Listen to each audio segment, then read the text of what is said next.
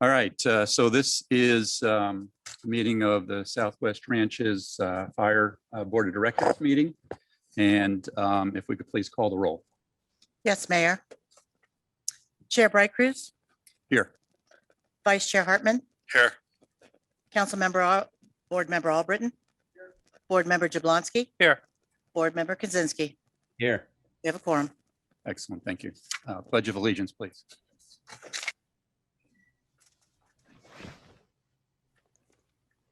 I pledge allegiance to the flag of the United States of America and to the republic for which it stands, one nation, under God, indivisible, with liberty and justice for all.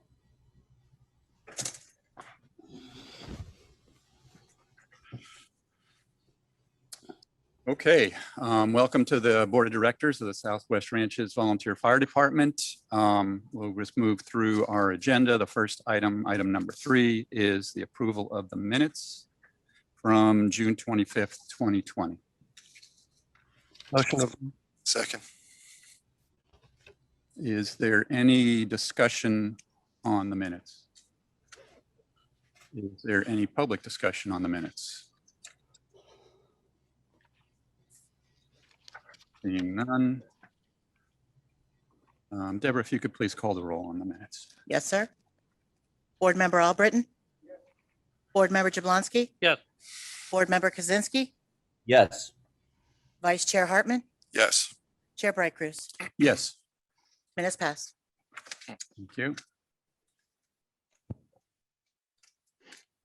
All right. Are there any committee reports? Seeing none. Are there any officer reports? Seeing none. New business. We have the appointment of a new board of directors and mayor as secretary. Is there a motion for that? Second. I need a little clarification on. Yeah, I'm a little secretary hazy role. on this one. How does that work? What is, Mayor is secretary. what is, yeah, I don't remember seeing that in the past. It's new. Yeah, I think We it's just voted on it. ceremonial only, Mayor. Not something that we're going to task you with. So Okay, all right, And vice mayor should be vice secretary. yeah, Be happy to. Vice. all right. Any further discussion on this item? Any public discussion on this item? Seeing none. Deborah, if you could please call the roll. Yes, sir. Chair Albritton. Yes. Chair Jablonski. Yes. Board Member Kaczynski. Yes. Vice Chair Hartman, Yes. Chair Bright Cruz. Yes. All right. Next item is the appointment of a new assistant volunteer chief and vice president and treasurer. Do we have any? Yeah, go ahead, chief. Thank you.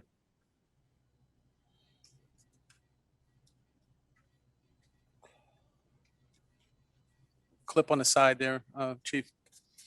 Sorry. Can you hear me now? Okay. Mayor, Vice Mayor, Council, good to see everybody in face to face.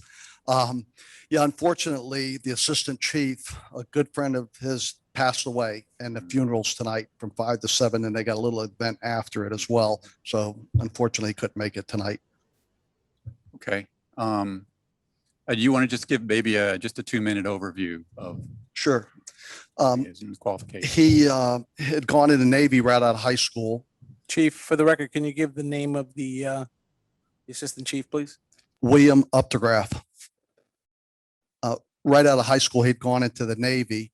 When he got out of the Navy, he went to EMT school and then got on the fire department. Spent 34 years with BSO, retired, if I'm correct, about 2 years ago, or a year ago, I'm sorry, 1 year ago.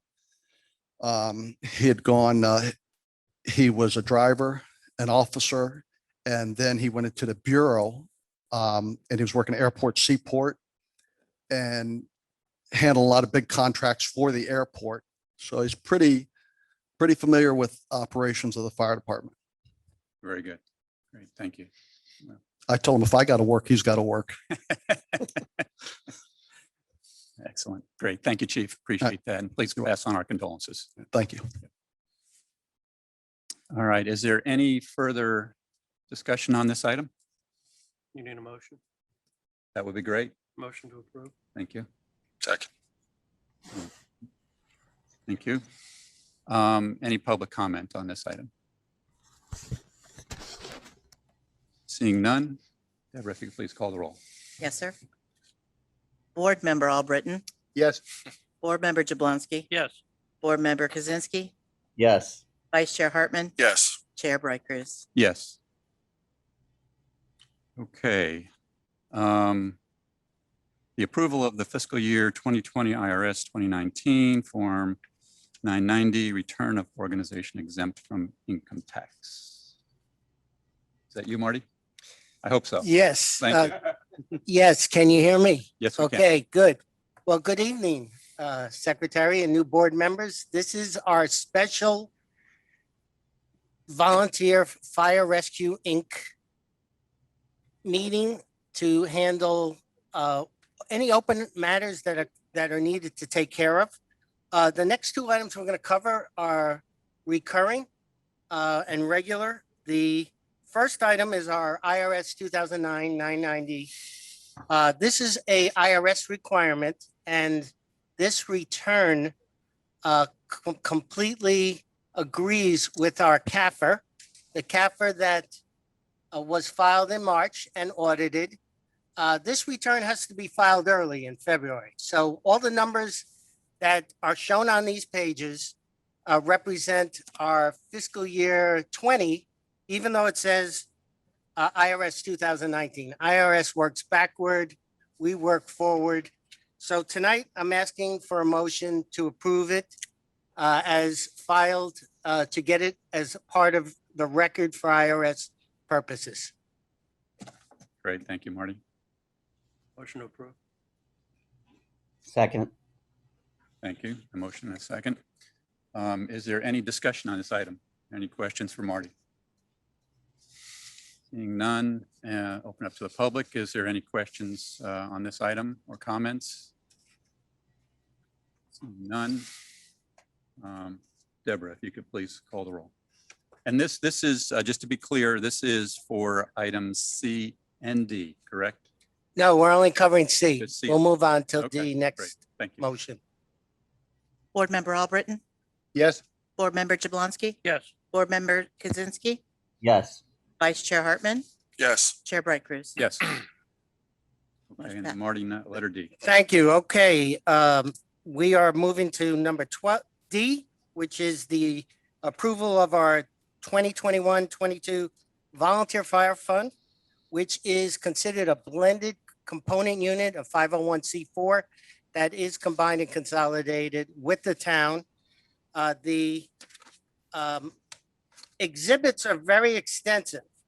For those at home that are listening, we have 3 slides to give you all a background.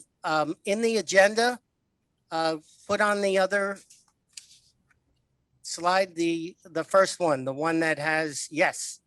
That's very extensive. Rather than go detail line by line, we have 2 other slides, but I want everyone and the public to realize that what's in the agenda package and what is highlighted in yellow represents the volunteer fire component of the budget. Now, the total budget, which was approved by your fire advisory board, except for one program mod involving the protective ballistic gear, represents a $202,569 increase. And all that's reflected on this schedule. But let's move on to the next slide, which will give you a total budget analysis as it relates to our prior year adopted budget and our current year proposed. And in there, you will see the slide that shows, and this is a recap of the previous schedule. And within the recap of the 202,569, and oh, I'm sorry to mention anyone in the public, thank you for being here tonight. There is a handout in the back.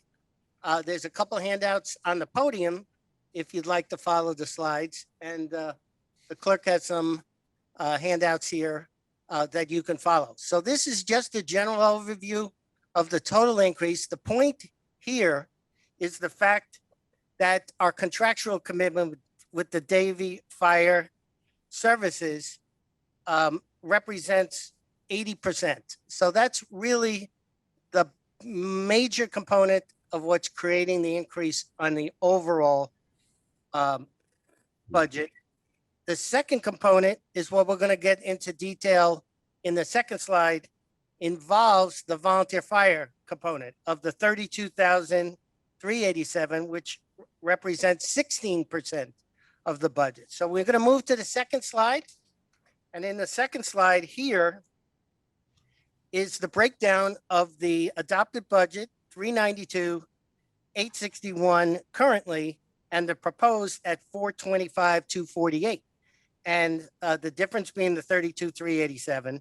And within those, you will see the majority is an item for discussion next, which involves fire apparatus equipment, and 51%, which is $16,500, represents nearly 51% of the total increase within the budget. The other items are miscellaneous maintenance. We have workers' comp increase that's impacted, and our net program mods, that means requests by the volunteer fire for next year have actually decreased. So there's a $5,300 savings within that line item. And I'll just open it up to the questions if anyone should have them right now. Mr. Secretary? Are there any questions? Seeing none to the public, is there any questions from the public? Yeah, go ahead. Barry, please go up to the mic and state your name. Got it. Barry Nunzig, 163rd and Sterling. I'd like to know if this 425,000 is just volunteer budget. That is correct. This Okay, is so the that's what you're- individual allocable Okay. volunteer fire component. All right. And that's on top of the Davies $4 million budget? No, the first slide, the 4,289,086 includes Davie Fire. That's Okay. So, combines all right, so you're volunteer. about 3.8 for Davie? Correct, Okay. correct. Subtract the 425. So for 3,800,000, Davie can't provide our own the services we need. Is that what I'm understanding? Okay.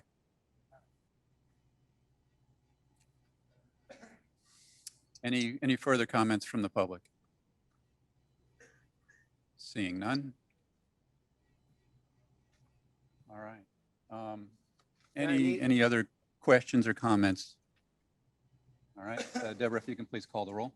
We need a motion for We it? need a motion, Oh, we please, haven't got 'em? All right. to accept the budget as presented. I'll make a motion to accept. Budget as presented. As per- Second. All right. Thank you. All right, Deborah, if you could please call the roll. Board Member Albritton? Yes. Board Member Jablonski? Yes, Board Member Kaczynski? Yes. Vice Chair Hartman? Yes. Chair Bright Cruz? Yes. Motion passed.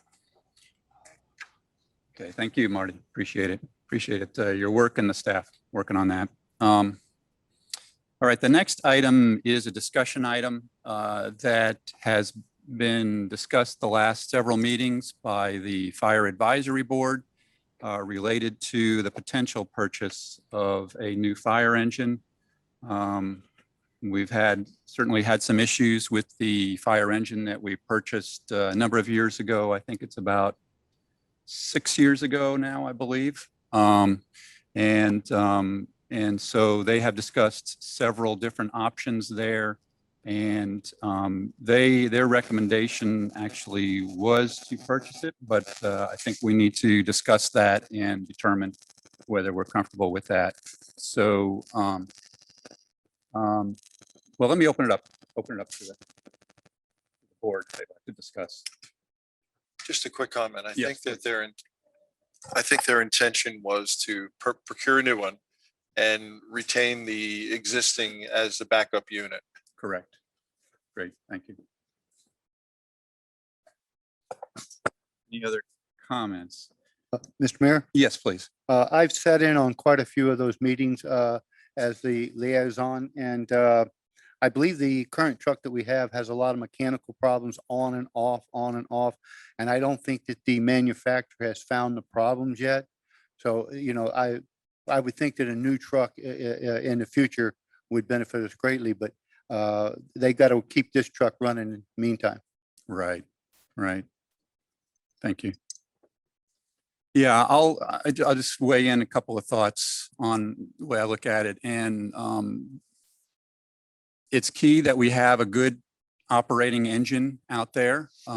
We have a portion of our town, which is out west, which really requires the assistance of the volunteers. And so that's why we have them, and that's why they do a great job at what they do. However, we do have an engine that we purchased a number of years ago. It's had a number of issues which have slowly gotten better over time, but it still has times where it goes out of service more than we'd like. So, that's what brings up the request for a new engine. We have, I believe it's, Marty, maybe you can help me out on this. I'm trying to remember whether it's 2 years or 3 years of payments left on the engine that we've got now. 2 more years. That 2 more correct? years. Rich Strum confirms it. Thank you. Thank you. So, you know, my recommendation is that we find a way to keep this vehicle operating for 2 years and revisit it at that point after this one is paid off. We have a significant increase in our fire fee this year. I don't think this is the year to be purchasing a vehicle like that. I know the other element, which is not necessarily part of this particular request, but there's also an attack truck out there that they're looking at, and that would be a different discussion. Where I'd like to end up eventually is that we do have the engine and the backup engine. And I'm not so sure about the attack truck, to be honest with you, but those two. Any further feedback on that or discussion before we open up to the public? I'd like to speak. Mr. Yeah, Mayor. go ahead. Thank you. Hi, everybody.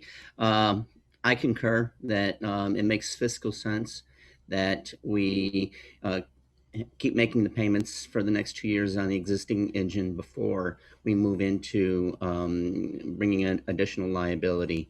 I think that makes fiscal sense. Thank you. Thank you, David. Mayor, if I may. Yes, please. Marty, help me out. Don't we have a reserve fund that we're contributing to for a new engine? I think there's a few years that have been put into that already. Yes, that is correct. We have $64,000 set aside. Okay. With next year's budget would add another 55.5 to that available. So each year we have a little portion set aside restricted for apparatus replacement. Thank you. So we're working you. on it. We're Yeah. working on it. Right, right. Excellent. Okay, let me open it up to the public. Yeah, if you just come up to the mic and state your name and your address. Good day to all. I basically just don't know if the board knows, but there's a lot of auctions, which there's some major counties such as Palm Beach. They have a lot of fire equipment, and they usually, a lot of them, whether it's motor vehicles or whatever, they actually remove them from a sale and give and somehow, I don't know what gets done between government agencies, but it gets transferred over to other cities and it doesn't go for auction. Just a thought. Okay. They have a lot of very nice, I've seen a lot of very nice fire engines, trucks, all kinds of equipment. And that's just something for you to think about. maybe contact them when they have another auction. Maybe you can have your experts go look at the fire equipment. And I know what they do. They just transfer it over somehow Right. to, and you guys are not paying the premium cost. Gotcha. Just an idea. Yeah, no, great. Thank you. I appreciate you bringing that forward. Good day. Thank you. Good evening, Barry Nunzig, Sterling Road, 163rd Avenue. You guys talking about this volunteer fire department. Volunteer fire department is not needed in this town. You know that. You've known it for 8 years. It's not really a volunteer fire department. It's being paid. It violates the government regulations as to what is a volunteer fire department. I know that because I was on a volunteer fire department at one time, and I do a lot of volunteer work. So I know what's created there. This volunteer fire department, which is not a volunteer fire department, runs to every call that Davey runs to. There's absolutely no reason for it whatsoever. About a week or two ago, I sent you all a letter and I said, here's what you need to look at if you're going to look at this volunteer fire department and your fire department budget, because you're way over budget and you're raising our rates. We have the highest fire rates in the county, and you guys can't keep the budget together because you have these guys sitting over there doing nothing except going to the same calls that Davey's going to. If they were needed, I would be the first one in line saying, yeah, we need them. We need to do something else, but they're not needed. And the reason they're not needed is because they don't do anything. They go to the same exact call that Davey's going to. So who's doing the work there? Is it Davey doing the work? Or is it these guys doing the work? If these guys are doing the work, then let's get rid of Davey. But it's not Davey doing the work. Okay. How many calls have these guys run in the last 8 years where Davey wasn't responding? The answer to that, 0. I just gave you a list tonight of 24 questions. Why don't you ask these questions tonight? Get Lee Bennett up here and have him answer the questions. I asked you guys to just call Plantation Fire Department. Remember them? They got part paid, part volunteer. How do they work? You want to know how they work? I'll tell you real quick. They have their paid department. They go and do what they need to do. When they need the volunteers are called in. They're not sitting around all day getting paid. They're called in. They're paid $7 per call. Okay. Call some other volunteer fire departments. You know what you're going to find out? They're not paid to sit around all day. They're called in and they may be paid to go on calls. When I was on the volunteer fire department, I did not get paid to go on calls. I did it because I was part of the community. Okay. You guys are wasting our money. You've wasted $4 million on that organization in the last 8 years. What kind of fire department could we have standing out there right now as far as a strong structured building for Davey? Davey has 3 units to cover this town, which is one more than what Broward County had, one more than what Pembroke Pines had, and we're still only having about 2 calls per day average. So why do we need these guys to stand around all day long, do nothing? Okay, because I'm going to tell you what they're really doing. All they're doing is keeping their certificate current so they can go get a job with a real fire department, because once they get that, they're leaving here and they're not looking back. Guys, do your job, save us our tax dollars, do what needs to be done. And if nothing else, you want to save this fire engine? If you're going to keep these guys going, you're going to save this fire engine, tell them don't to respond to calls unless Davey calls for you. That'll save the wear and tear on the engine. And that's what you need to do for 2 years till you want to buy another one and waste more money. That's what you should do. Have them not respond to calls unless they're called for. Then you'll find out what they're really not doing.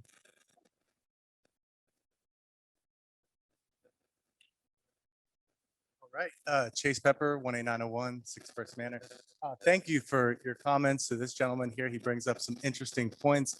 I'd also like to add, if we are going to explore the possibility of purchasing a new fire engine, where would that money come from? Thank you for recognizing the fiscal responsibility that you have. Would that come from the general fund? If so, then why isn't the general fund being used to subsidize some of the more recent controversy as far as the fire assessment is concerned? Some things to think about. Thank you. Any other public discussion?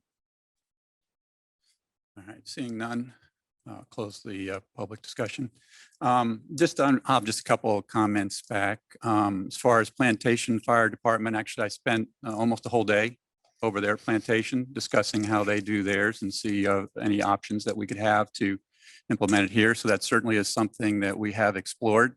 As far as them standing around all day, that's just a ridiculous comment. I don't even know if it's worth responding to that. They do work out. They do go out on the calls that Davey goes out on, but often they get there before Davey. Often there's other calls that come in while they're out there, and they allow Davey to respond faster to those other calls because they can finish it up and clean it up while Davy responds again. Or Davy may be transporting a patient and our volunteers may be the first ones there. Just in the last 6 months, there's at least one life that was saved by having the volunteers there. So I'm not willing to give that up. I'm not willing to sacrifice that. And I think that anyone who looks at what's really going on will come to the same conclusion that these are individuals that are critical to our town. They give in so many ways to our town. And we're a better town because of them. And their cost for the service they provide is so much lower than what we pay for Davy.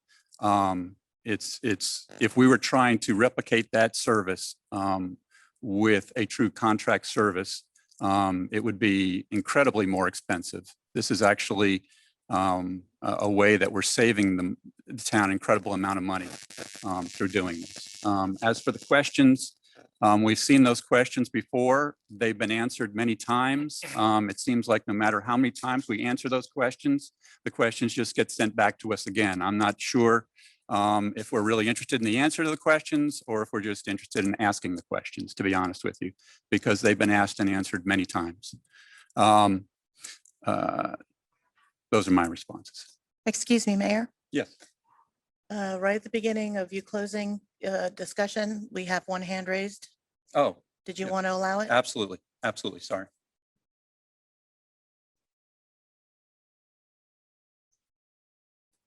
Mr. Cox, can you hear us? Yes, I can. Thank you very much. I appreciate it.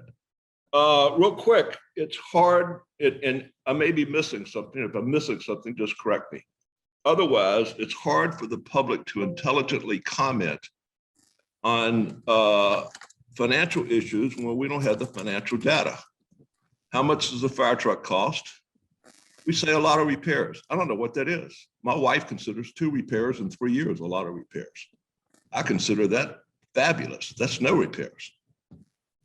What is a lot of repairs? We have 21, 24 repairs a year. Are they all on the same issue? Are they different issues?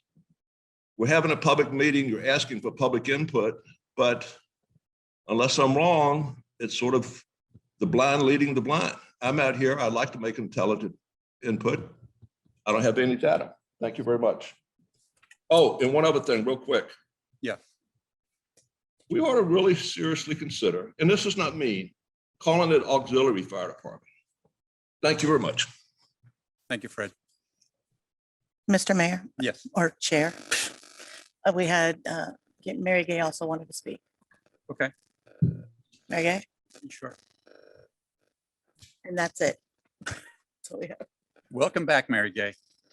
Yeah, first of all, thank you very much for the whatever it was that you did, because a lot of people called me and want to know if I'd passed on.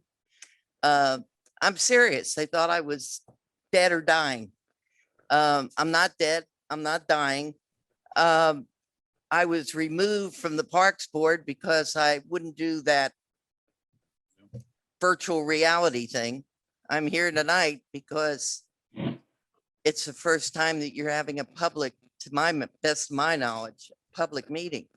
There were a lot of questions I wanted to ask. One thing that really stuck in my craw was you got $600,000 on a fine, which I was very aware of for years, and very quick to spend it on security cameras throughout the town. No discussion on it. I did catch a little bit of it later on what was discussed. We have so much that needs to be done in this town. At least 100,000 could have gone towards the necessities that we need in the parks that we don't have the funds for. There are also a lot of personal roads, private roads that won't take advantage of, can't take advantage of it. And so I just think that that was kind of quick. That's a lot of money to put into one item without any major discussion on it. as far as Mary the, Kay, can I apologize to interrupt you. This is actually, we're in the fire board meeting and we're discussing the purchase of the fire truck. There is going to be public comment. oh, in the next- I thought I this know, you was just walked public. in, so, I'm sorry. and we're running late, our meeting. So, As far as the fire truck, the volunteer fire. Yeah. Now I support the volunteer fire department. That's one of the few things that we have left in the town. Thank you. And whatever you have to do to keep it is fine with me. Thank you. We'll open up public comment as soon as the other meeting starts again. All right. Any other comments before we? All right. So I don't think this is a discussion item. It's not a voting item. If we were going to move ahead with purchasing the truck, we would obviously vote on that. But seeing no further discussion, close that item. All right. Any other items to discuss before we adjourn? All right, seeing none, I will entertain a motion for adjournment. Motion to adjourn. Thank you, Gary. All right, You're this welcome. meeting's adjourned. We'll give it like a 2-minute break before we open up the regular meeting. All right, if everybody could please take their seats. And I just want to remind that, so we have a scholarship presentation first thing, and we have a lot of family members that are associated with that. So, and we've got a pretty full room. So if you are not associated with that, if we're out of chairs or close out of chairs, if you could just step outside just for a few minutes till we get that, you'll still be able to hear it. But make sure there's enough chairs for all the families and friends of the scholarship award winners. So, and then right after that, we'll get into our normal meeting.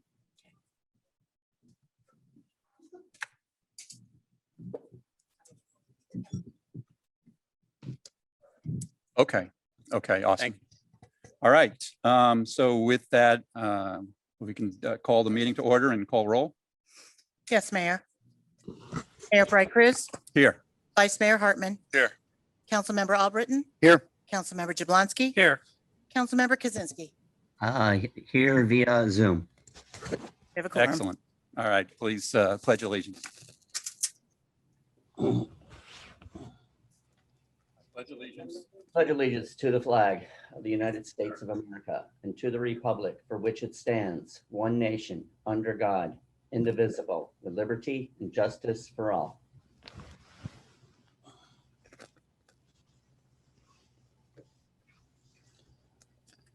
Okay, so we have a couple presentations to start off our evening with, and I would just like to say before we get into it that,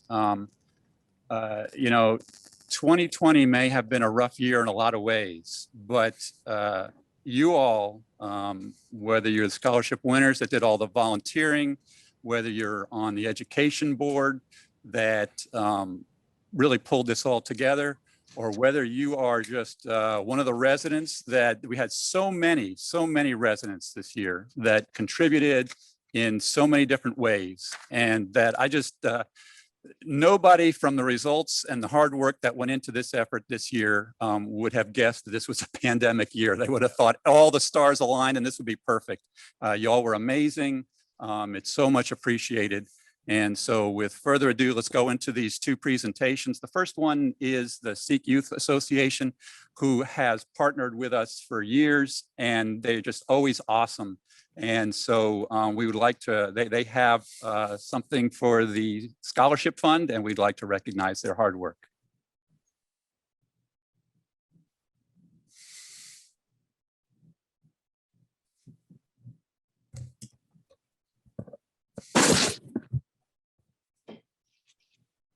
Is it good? You're good. Hello, Town Council and residents of the town of Southwest Ranches. My name is Japit Paul Singh. My name is Parneet Singh. And I'm Guneet Kaur. On behalf of the Sikh Youth Association, we thank each and every one of you for supporting the third annual virtual A Race for Unity and Diversity 5K Run and Walk. With your assistance and encouragement, this year's 5K event was a tremendous success. We were able to unite over 100 people from South Florida and around the country under our mission to promote unity and diversity. This past year brought a new set of challenges for all of us. The global pandemic affected each and every one of us in more ways than one. The Sikh Youth Association was involved in COVID-19 relief efforts in order to ensure that we were doing our part in supporting our community in need. Hosting this 5K on a virtual platform presented its own set of challenges that needed to be overcome.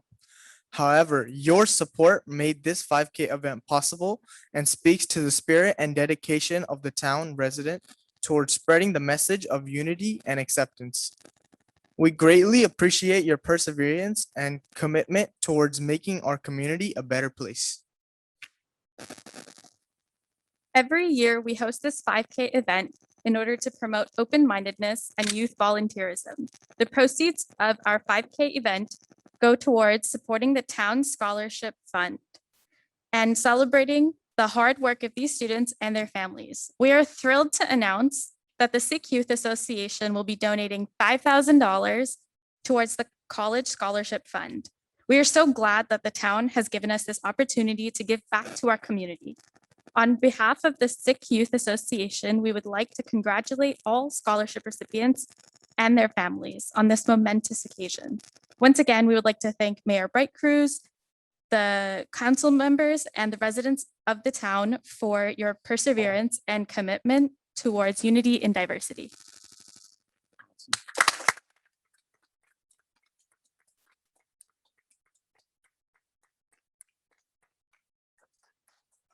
Right. We'll get some pictures. And while we kind of get that set up, just once again, what an amazing group, even in a tough year.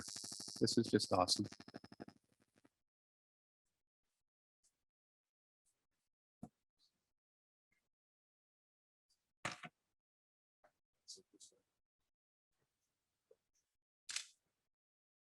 Is the council coming down?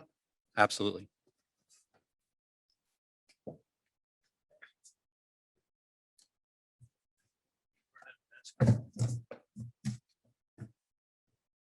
You know how to work it.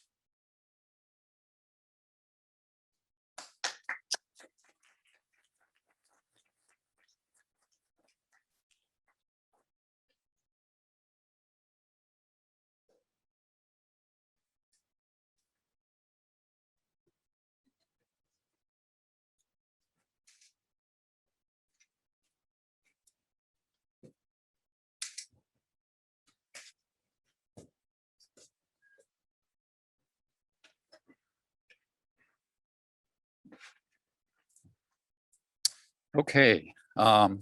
We have a second presentation that we also would like to recognize, and that is all the work that the Town Education Advisory Board has done and the scholarships that they have pulled together through all the fundraising and frankly, all the hard work that all the recipients have done as well to earn this. So Kathy, we just thank you for all the work that you and your board have done. No, come on up, and just really appreciate it.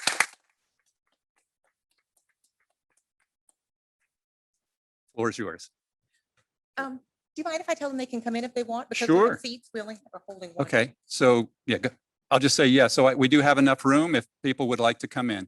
Okay. And I would like to ask if the council would be lenient and maybe allowing me to turn around and address the students and their parents. Please do. Thank you.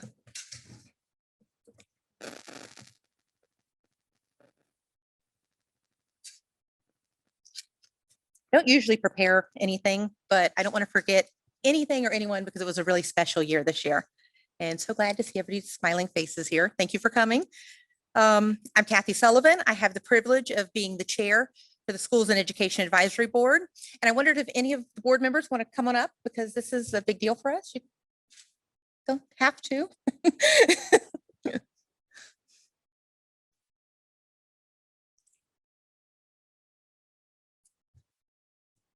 This is Jennifer Montgomery and Debbie Green, two of the members of the Schools and Education Advisory Board that have worked so hard to help make this happen.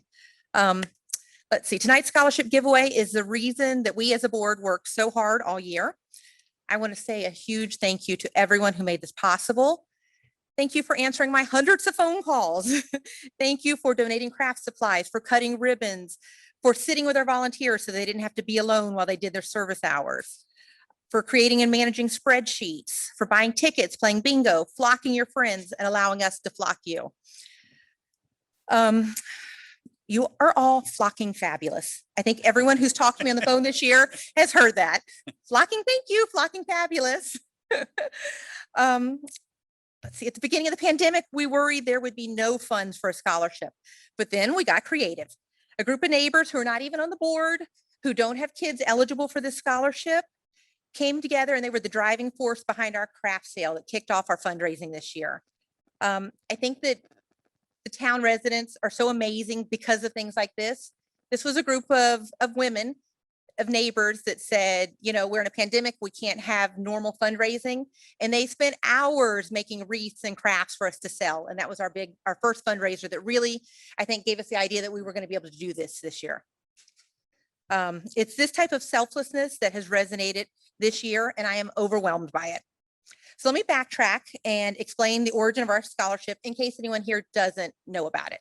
So we do not have a public school in our town. So all the students that live in Southwest Ranches go to high schools in other cities or other towns.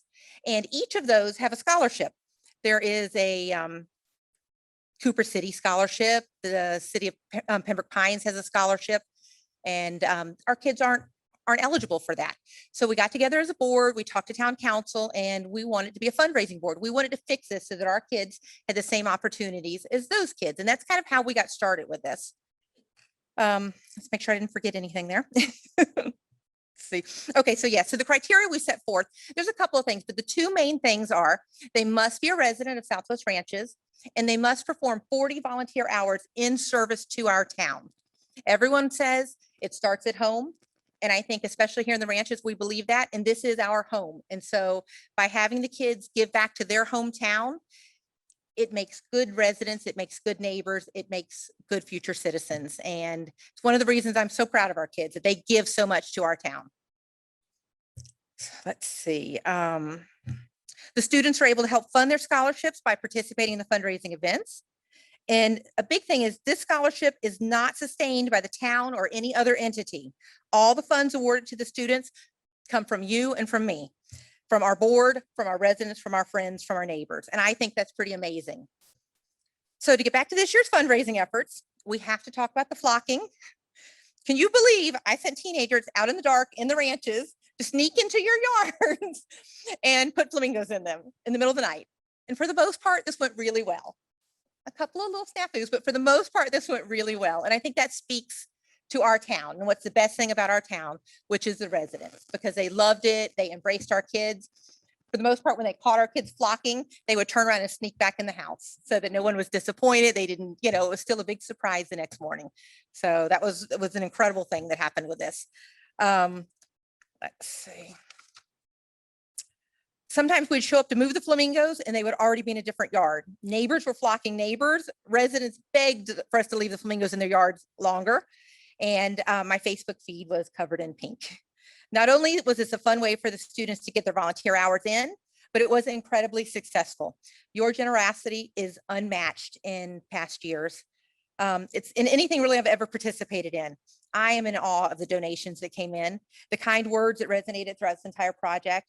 Not only the residents, the kids, people in neighboring cities that heard about this and would call and say, pick a resident and let me flock them and let me bring you a check. People dropped off checks at town hall that didn't even get flocked. And they said, when you start back up, include me. A year where we thought we would not have a scholarship, and we have our biggest scholarship ever this year. I wish I could name each and every person and thank them personally, but there are just too many people that stepped in and made this year's scholarship possible. There were no giant corporate sponsors or even a line item on the town budget. This was us. This was everyone in this room, everybody that lives in town, your $20 checks, your $50 checks. It all added up to our largest scholarship yet. tonight is about the kids that worked so hard this year, but please allow me to say thank you to all of you just one more time. Thank you. It's amazing. It gives me goosebumps, and I'm so proud of our town. I'm so proud that we have been able to partner with the Sikhs, I think 3 years now, and they have been amazingly generous. They are truly the spirit of our town, and I know especially last year, we would not have made our scholarship goal without them. We were trying to decide what we were going to do, trying to pick a round number, and they came through, and it was amazing. So thank you all very much. So without further ado, I'd like to call the scholarship recipients up. I'm going to tell you a little bit about each one of them, even if they've sent someone else to receive their certificate tonight, because some of them are still at college. Come up and get it, and I'm going to read a little bit about them. And then, but the actual recipients that are here, you're going to stay up here for a group photo.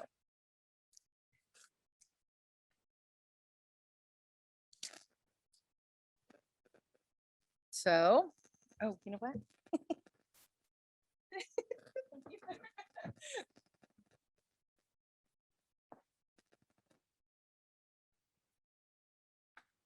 Jasinpreet Singh graduated from West Broward High School in 2019. He is currently attending the University of Central Florida in Orlando, Florida, and majoring in health sciences, preclinical track. His future plans include going to dental school and opening up his own practice. I believe someone's here to accept it for him.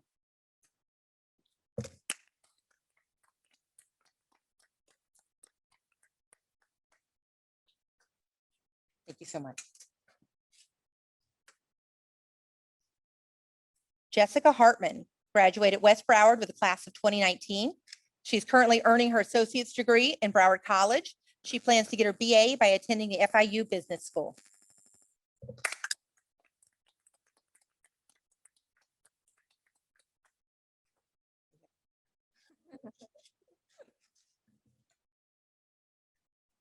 Gabby Morales attended school at Archbishop Edward A. McCarthy High School. She was captain of the equestrian team at Archbishop. In the fall, she'll be attending Lynn University in Boca Raton.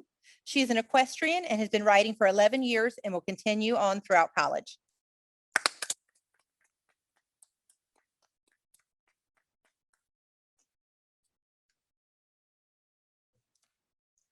A lot of these kids are my daughter's age this year, so I feel like it's all my babies getting it. Brooke Guyson graduated from St. Thomas Aquinas High School in 2019. Currently, she attends Baylor University. She's majoring in finance and journalism. She's a member of the Baylor equestrian team, Kappa Kappa Gamma, and the Baylor Lariat newspaper. She's hoping next summer to get an internship in finance. This summer, she worked at the Traverse City Horse Shows as a multimedia manager.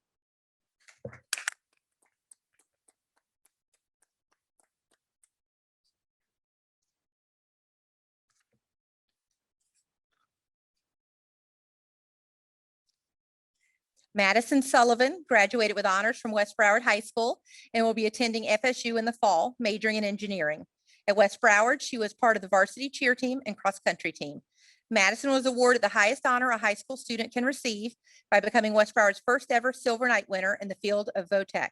She also received the Florida House of Representatives Community Service Award, and this summer she's furthering her education in flight school to get her private pilot license.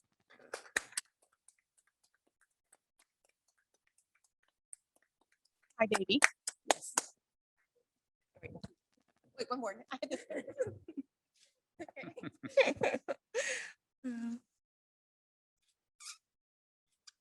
Brandon Harmer is a former West Broward High School student, current mechanical engineering major at the University of Central Florida, currently interning at Frito-Lay with their supply chain with the hopes of gaining a design manufacturing engineer position with the automotive aerospace industry.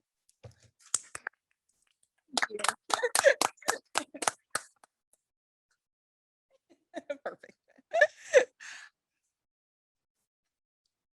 Addison Roberts just recently graduated from Abeka Christian Academy. Next year, she plans to attend Sheridan Technical School to complete the business management and analysis program. In her spare time, she plans to still travel to the women's professional rodeos to compete in barrel racing and breakaway roping. And it doesn't say this, but she is our former Miss Rodeo Florida Princess.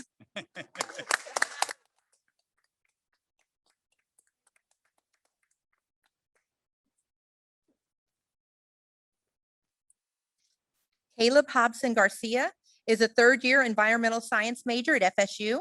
He's minoring in biology and computer science. Caleb would like to work within the field of sustainability long-term.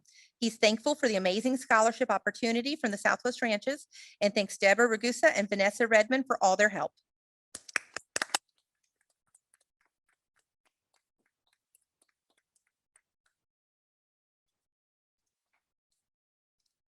Isabella Martinez went to West Broward and has been involved in JROTC, HOSA, and 3 years of varsity lacrosse. She's attending Broward College in the fall. After she finishes her associates in the spring of 2022, she's transferring to the University of Florida to complete her master's degree in accounting and business management.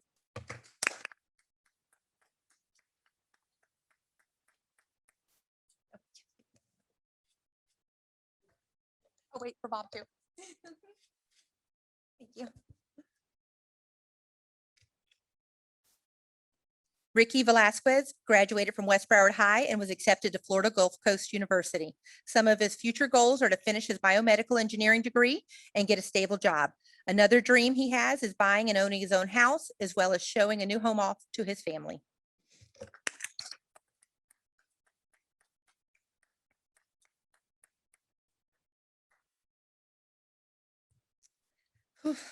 I love these kids, you guys. Tyler Teporowski went to high school at West Broward and College Academy. He now goes to the University of Central Florida and is an active member in the Burnett Honors College and Lead Scholars Academy. He is studying mechanical engineering with a minor in leadership studies. Most recently, he's been working an internship at the Cedar Point Amusement Park as an internal ride operations auditor.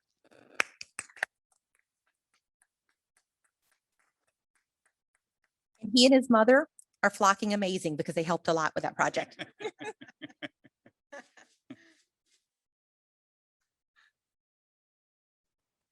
Christina Harrington recently graduated cum laude from the University of Florida. She's currently seeking a graduate certificate in human services. She's hopeful that continuing her education will enhance her skills and ability to thrive in the workforce. Her future plans are to become a victims advocate with the Broward Sheriff's Office.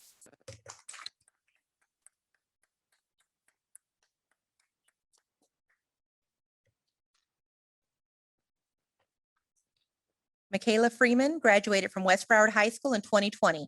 She's currently attending Broward College and has plans to transfer to FIU to complete her degree in elementary education. During high school, she was in the early child care program, earned her CDA, ECPC, as well as placement in the National Honor Society. Additionally, she was on the high school cheer, football, and competition teams, and in her senior year, they won the high school state championship. Outside of school, she's been involved in her church youth groups, Girl Scouts, working with the homeless, dance, as well as competition cheer, both as a cheerleader and a coach.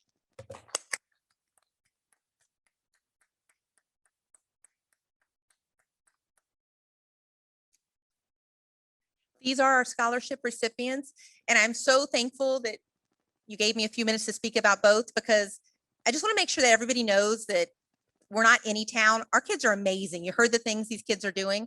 They're amazing. Each and every one of them have given 40 hours back to their town in direct service to the town. And their accomplishments just go on. And everyone knows this is my favorite meeting of the year. I get emotional. I love it. I'm so proud of them. And thank you to everyone that came out and supported them.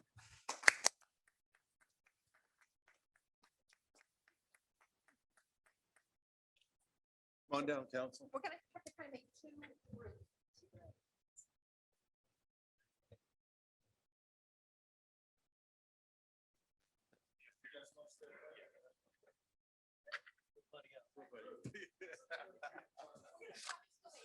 Go ahead, kind sir. We're gonna put you in the middle. Mr. Secretary. I don't say Madam. I don't know how you did that. Yeah, I'll get it.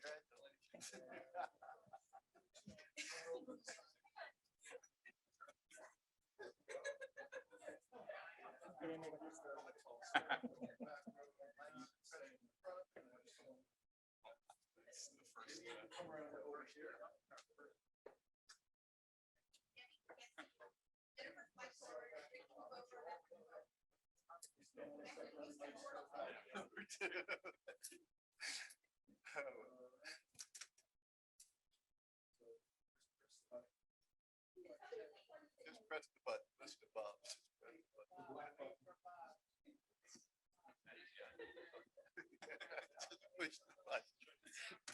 Come here, Bob. Come here.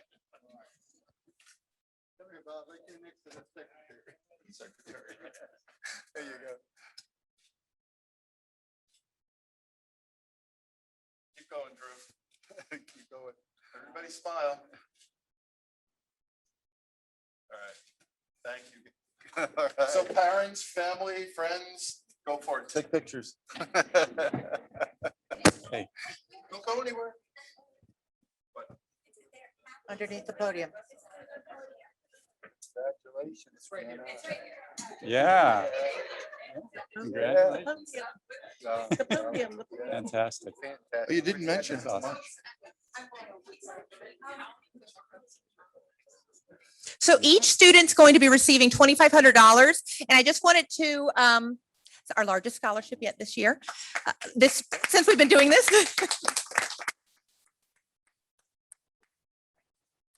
And we have this to take pictures with, but we'll step outside so everybody can have individual pictures and take your time doing it. And just something that we do tell everyone, do not be stressed. You are allowed to leave now. You don't have to stay for the whole meeting. It's okay. You're students, you're busy, and no one will be offended. And thank you. Yeah.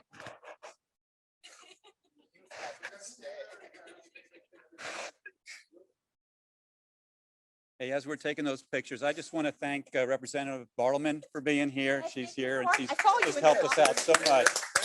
So. Oh, awesome. Awesome. Awesome.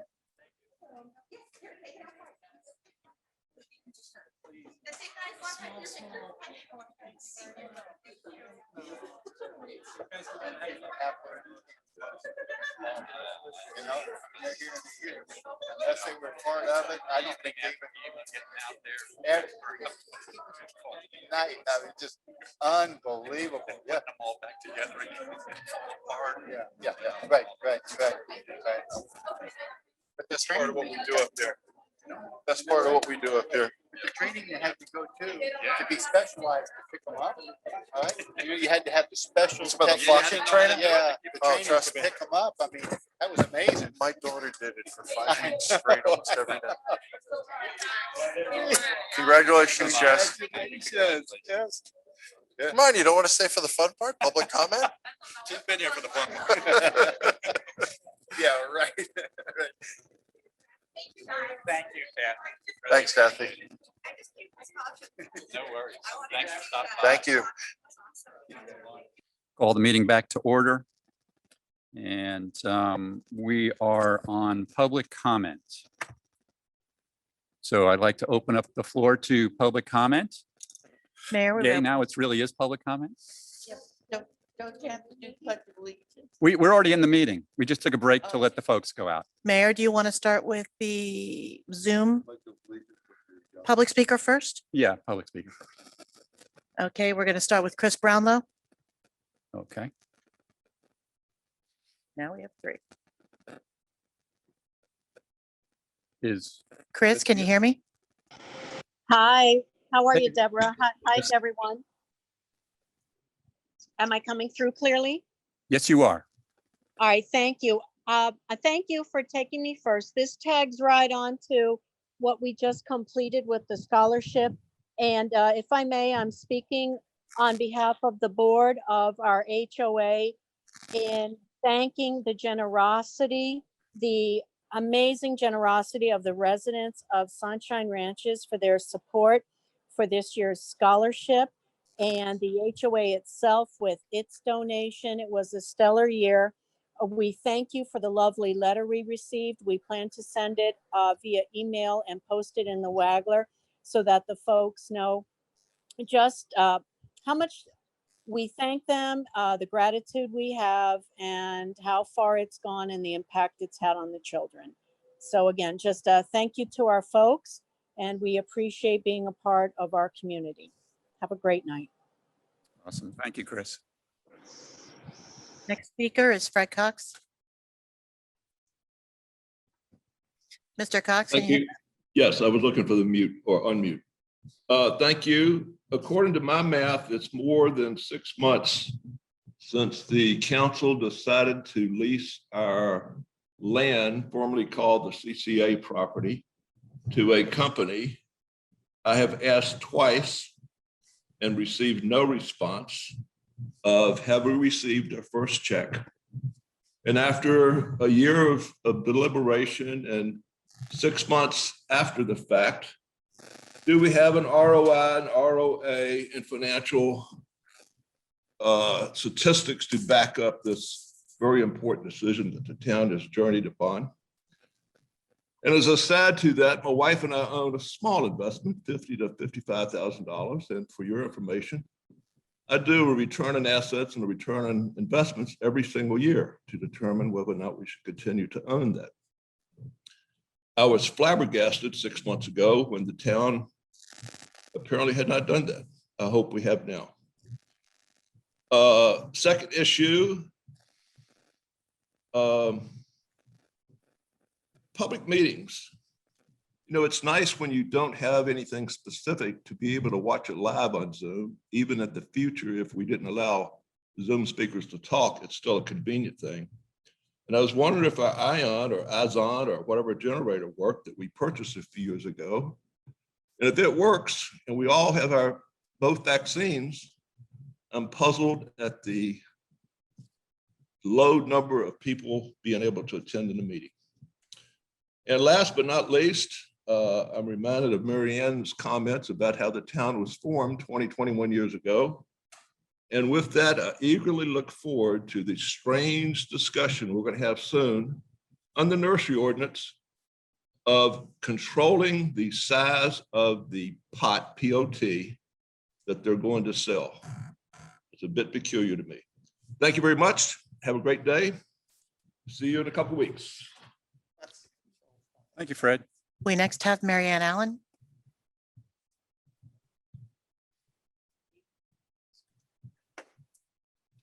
Unmute.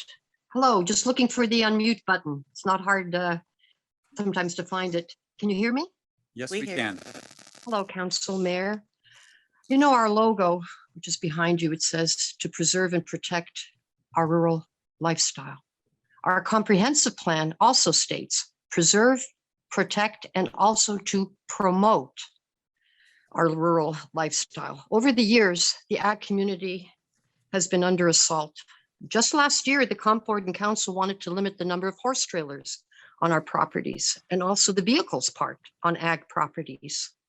Also a new fire tax, a tax on barns. You heard from the residents loud and clear last year, and you quickly backed off these hot issues. People came from all over to enjoy our rural lifestyle, but they don't like what comes with it. Loud animals, noise like roosters, goats, cows, horses, parrot farms, they're very noisy. And then they complain about the stink from the animals. We need a sign that informs these new residents that want to share in our unique rural lifestyle that they have to accept the bad with the good. Otherwise, stay in your residential areas. Don't come here and start complaining and change our rural character and freedom to farm. Last week at our Comp Board meeting, we, the residents, felt extremely disappointed. Apparently, George quit, and we will really miss his voice because I think he brought a lot of sanity to what has been going on there with the restrictions and new ordinances they're coming up with. The Comp Board is supposed to encourage public participation, but they muzzled us to 1 minute. What can you say in 1 minute? What is it that they don't want to hear from us? I believe 4.3 got voided down 6-3.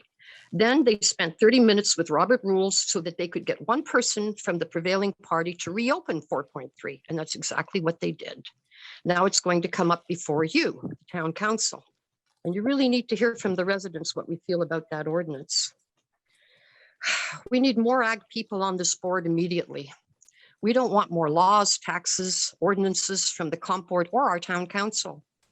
I want to see this new board start preserving, protecting, and promoting our rural lifestyle as you were voted in to do.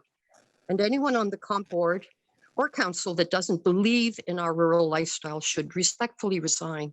Thank you so much for your time. Thank you, Mary Ann. Next speaker we have, Mary Gay Tables. You did still want to speak, yes? Oh, yeah. Every opportunity. I kind of agree with the last speaker. It doesn't surprise me. When you're bullied, you're not going to stay on a board. And as far as our rural lifestyle is concerned, that's almost becoming a joke. I did talk about the money, which we didn't discuss. The council did and very excitedly spent it. And I think that that was a major mistake. And if you haven't bought anything yet, I think you really need to sit down and have a wish list and see if you can at least address some stuff. There's very little funding for the parks. The park that sits on Dykes Road hasn't got anything. And other than an old house that we brought into an antique house that we brought in to try to satisfy part of that grant. That grant was written like no other grant. It had a lot of things that were attached to it. There is activity across the street. Our wonderful Equestrian is gone. I don't know whether or not you've observed the projects in our town. There's one in Rolling Oaks that's completed. I rode through it. Projects don't have any identity. There's no personal individuality. In this town, everybody was individual, from a roundhouse, which is right up the street from me, to a mansion, which is great. I don't care. They don't bother me. In fact, I've been around giving the mansions ideas on how they can put fruit trees in and so on and so forth. So we don't get anything. People are misled. They think that these mansions are going to just give us bukus of money, and they're not. The ones that are getting the money is the county. The county gets most of it. One man said to me, I pay $65,000 a year. I said, let me see your tax roll. He wanted to know why the town wasn't giving him more benefits. He says, I don't get anything from the town. I said, you won't. You're paying $13,000. You're paying for personnel, people that are employed by the town. We're a town that employ people to serve us. We don't have a massive employment. So he looked at it and he said, that's it, 13,000, and who gets the rest? I said, the county pays for the schools, pays for the sheriff's department. He said, wait a minute, I'm paying for the sheriff's department. I said, no, you're not. You're paying for the county sheriff department, and the county also is using it for fire. But we have to pay our own, and garbage, but we have to pay our own also. Most of the public in this town haven't a clue.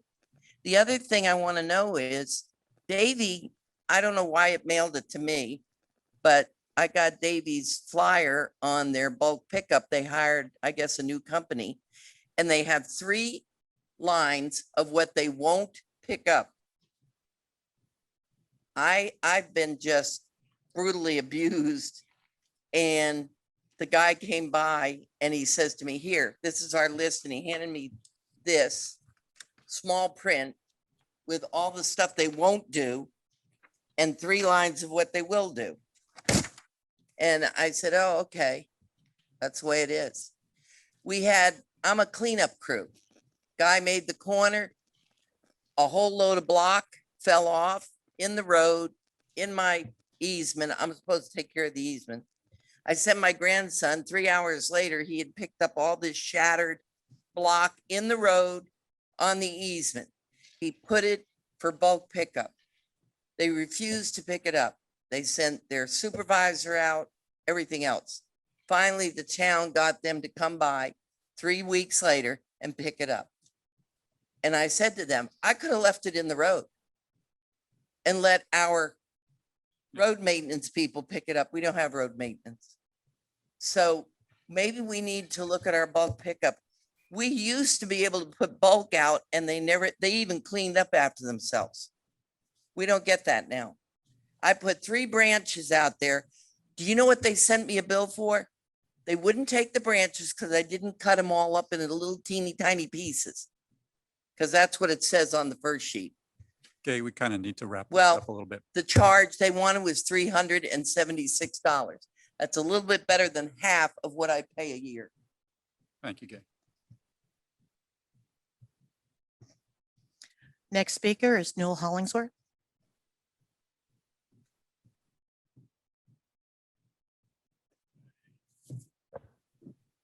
Noel Hollingsworth, 199th Avenue.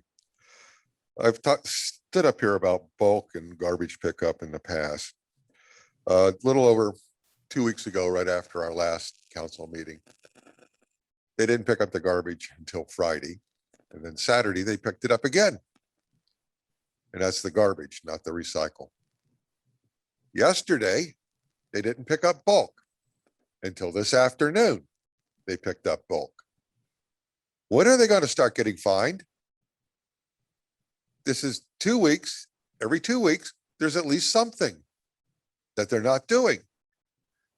I keep hearing, oh, we're looking at it. We're investigating it. We're seeing what we can do. Well, guess what? They've got every excuse in the world. There's hydraulic problems. There's labor problems. The sun came up in the east. So I'm tired of it. Let's get where they're going to give us the service that we are paying for, which is pick up on the date that they say they're going to pick up. So next thing is the mosquitoes. It's that time of year again. Last night was intense out by my house. And so they blew in from the west. That's where we say they came in from the Everglades. So let's see if we can get the airplane to do some spraying, because if they send the truck around, all they're going to do is kill those that are on the street. And that's not going to make any difference in our neighborhoods. The only thing that ever does is the airplane. And the third thing is, I was looking at all these young people up here that are beginning their quest for a degree, which is the greatest experience of their life. It will remain with them forever, having been a perpetual student for 15 years, getting 2 BAs, 2 MAs, and a PhD. But during that time, I remember every minute of it. All the time I was at Miami-Dade, University of West Florida, Cal State, UCLA, University of Chicago, New School of Social Research in New York. And that's just the ones where I took major courses, not the ones where I took one course. So I remember each one of them vividly. And I remember seeing snow for the first time also while I was away at school. These individuals are going out into the world, and they will also remember Southwest Ranches. And hopefully, like so many of the children of the group that I belong to, those kids are coming back to Southwest Ranches. We have 3 families on our town on 199th where the children have come back and now live within Southwest Ranches. And that is the greatest thing in the world.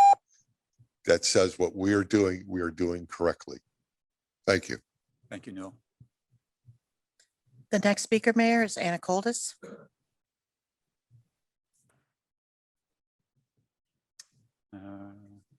Yeah, she was here earlier. I think she may have left. Yeah.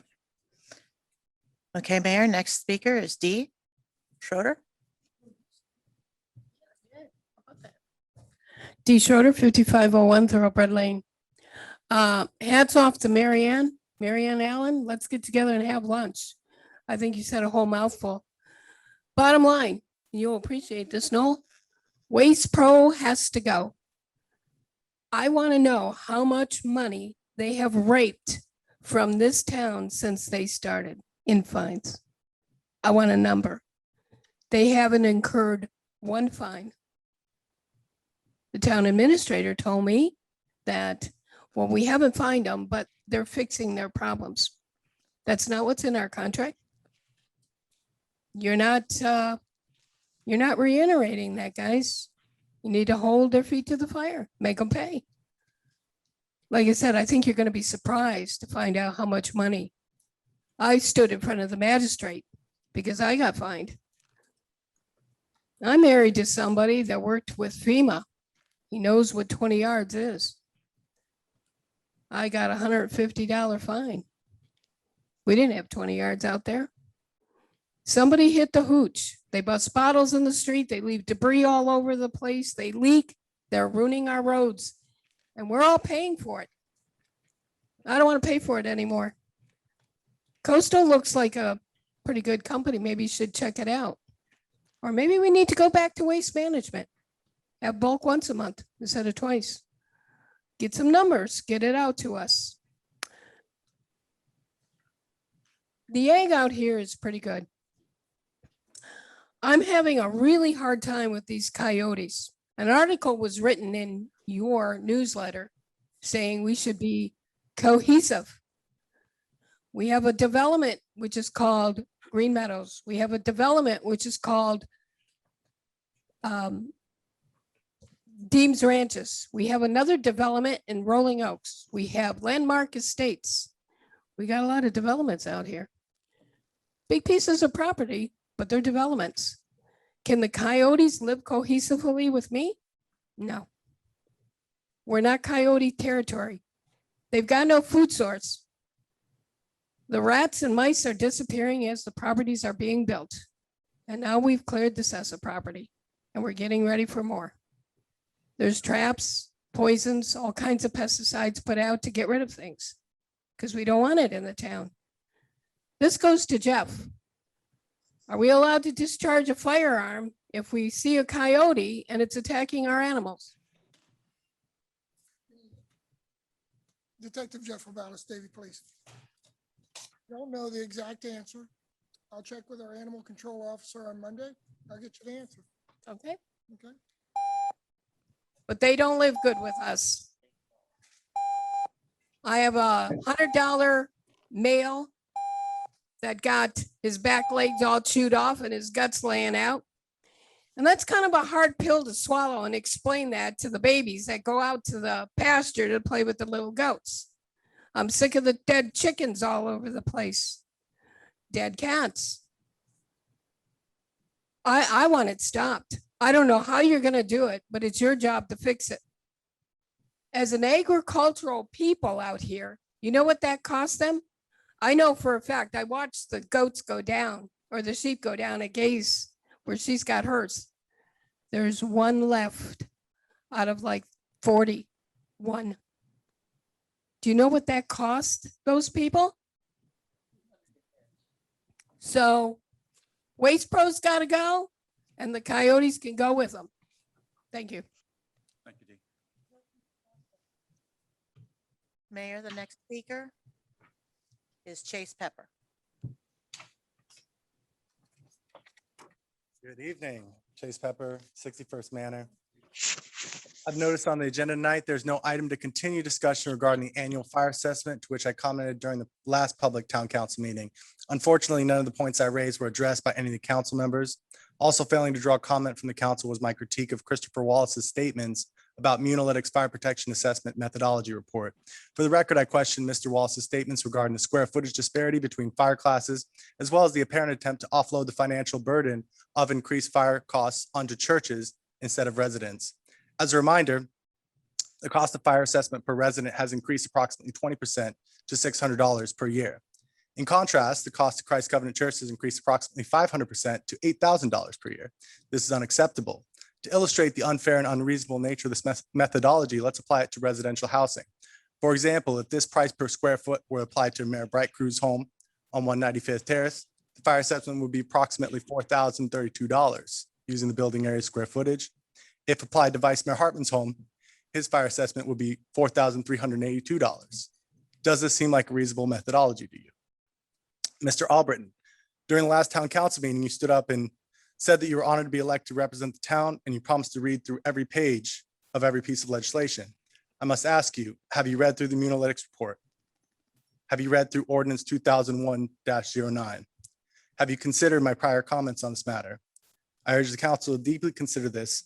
Please do not attempt to evade the justified criticism of the recent and future fire assessment methodology. Please consider the financial burdens placed on churches over the past 15 months. Please consider that every dollar that churches are forced to spend on unjust government dictate is a dollar that detracts from our ministries, mercy projects, and most importantly, furthering of the gospel of Jesus Christ. I urge you to remember that one day soon, we must all appear before the judgment seat of Christ so that each one may receive compensation for his deeds done through the body in accordance with what he has done, whether good or bad. 2 Corinthians 5, verse 10. Thank you.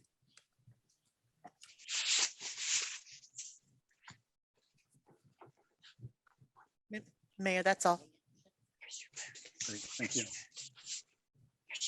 All right, do we have any board comment? I got just a little bit, Mr. Mayor. Okay. Well, no, non-council comments. Are you? Oh, I'm sorry. I'm sorry. I mistaken. No worries. Any board comments?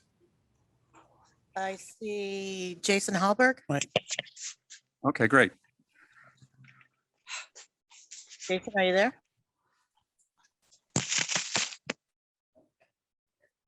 Mr. Hallberg?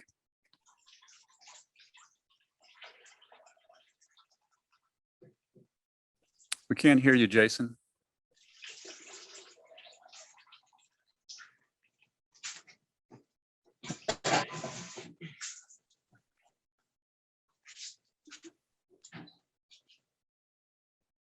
I think what we'll do is give Jason a few minutes to work out his technology issues, and let's do the council member comments, and then we'll come back to the board reports. Anyone want to lead us off for the council comments? I got just a little bit, Mr. Mayor, real quick. Okay. I'd like to encourage everybody. First, let me begin. District 4. I am not at the chambers because I had surgery yesterday and on my cervical spine, and I'm recovering. Yesterday was bad, but today's a little bit worse. Anyway, let's see. Recently, I went back to the visited Mr. Kalis, and I'm really concerned that the way that his next door neighbor's fence was created, it's not very sturdy. And once a hurricane comes through there, we're looking at a big mess. So just wanted to point that out. And next, encourage everybody to get your COVID-19 vaccines if you have not yet. Just because we're opening town hall, just because things are returning back to normal does not mean that COVID is gone. The infection rate is still there. The variant D has been reported to be of deep concern. And yesterday, if we remember the big storm that came through, I learned that there were 2 horses that were killed yesterday off of Luray Road because of a lightning strike.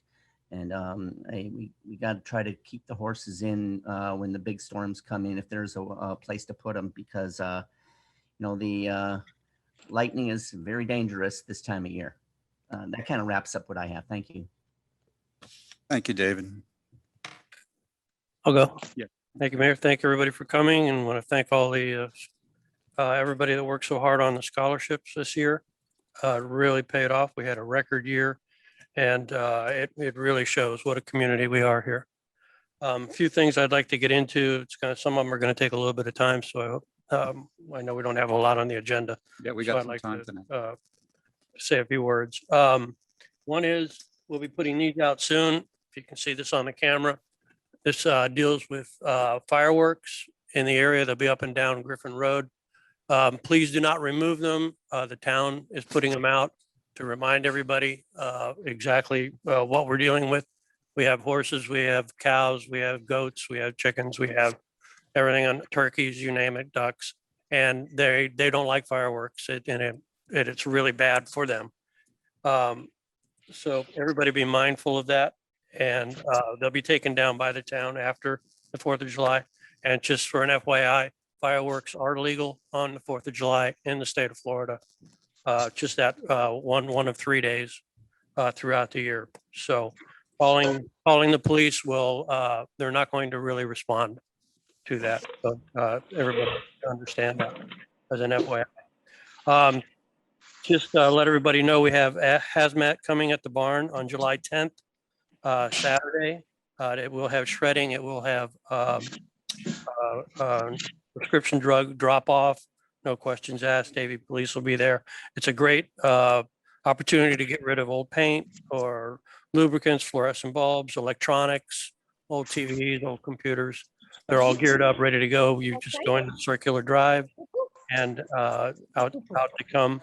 You really don't even have to get out of your vehicle. Just need to prove your residency. Bob, you're probably going to talk about the first responder. Okay, I'll leave that for you. David, hope you're okay. Hope you're not in too much pain. We'll see you as soon as we can when you get back to this.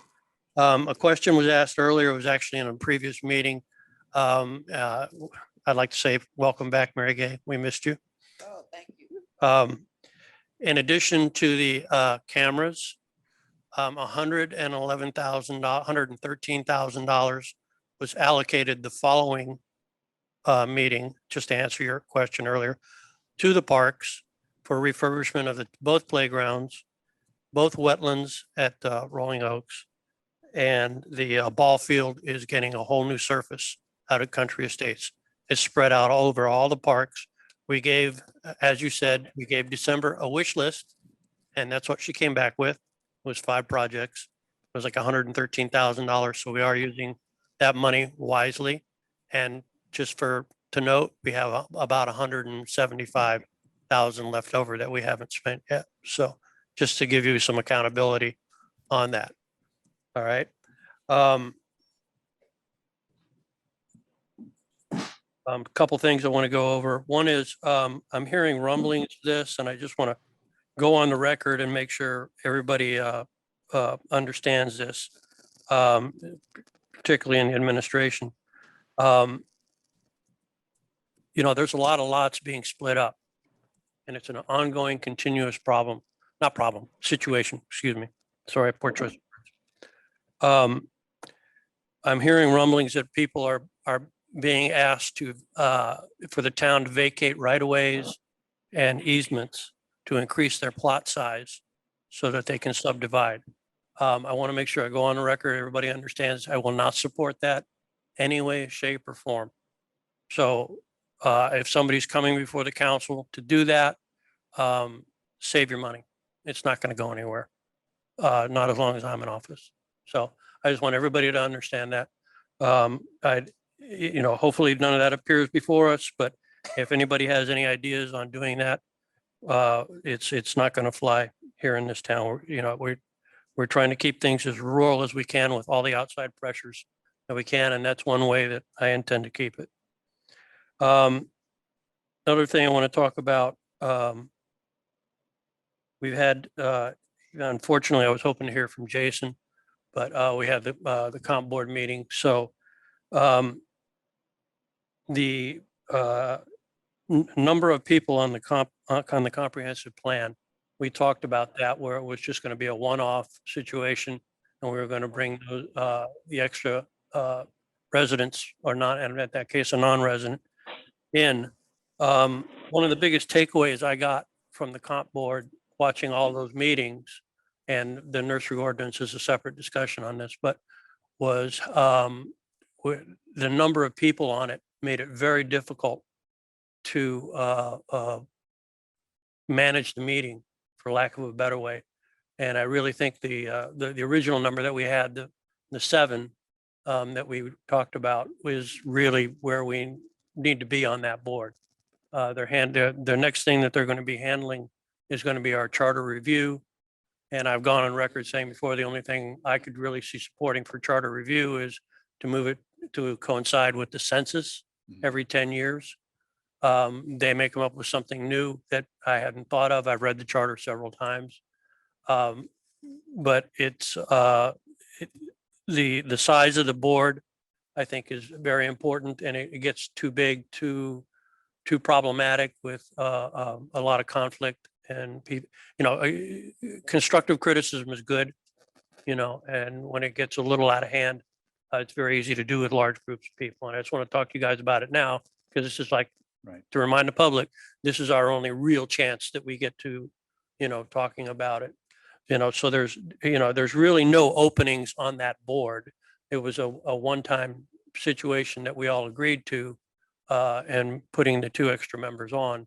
And we decided, I believe the way the conversation went, I didn't look at the YouTube minutes, but that we would keep it that way until the end of the year, and then it would go back to the 7, unless there was some other discussion between that. And I'm okay with that. I'm just saying, one of the big takeaways I got from the board was the difficulty in managing that. And I think Jason did an outstanding job.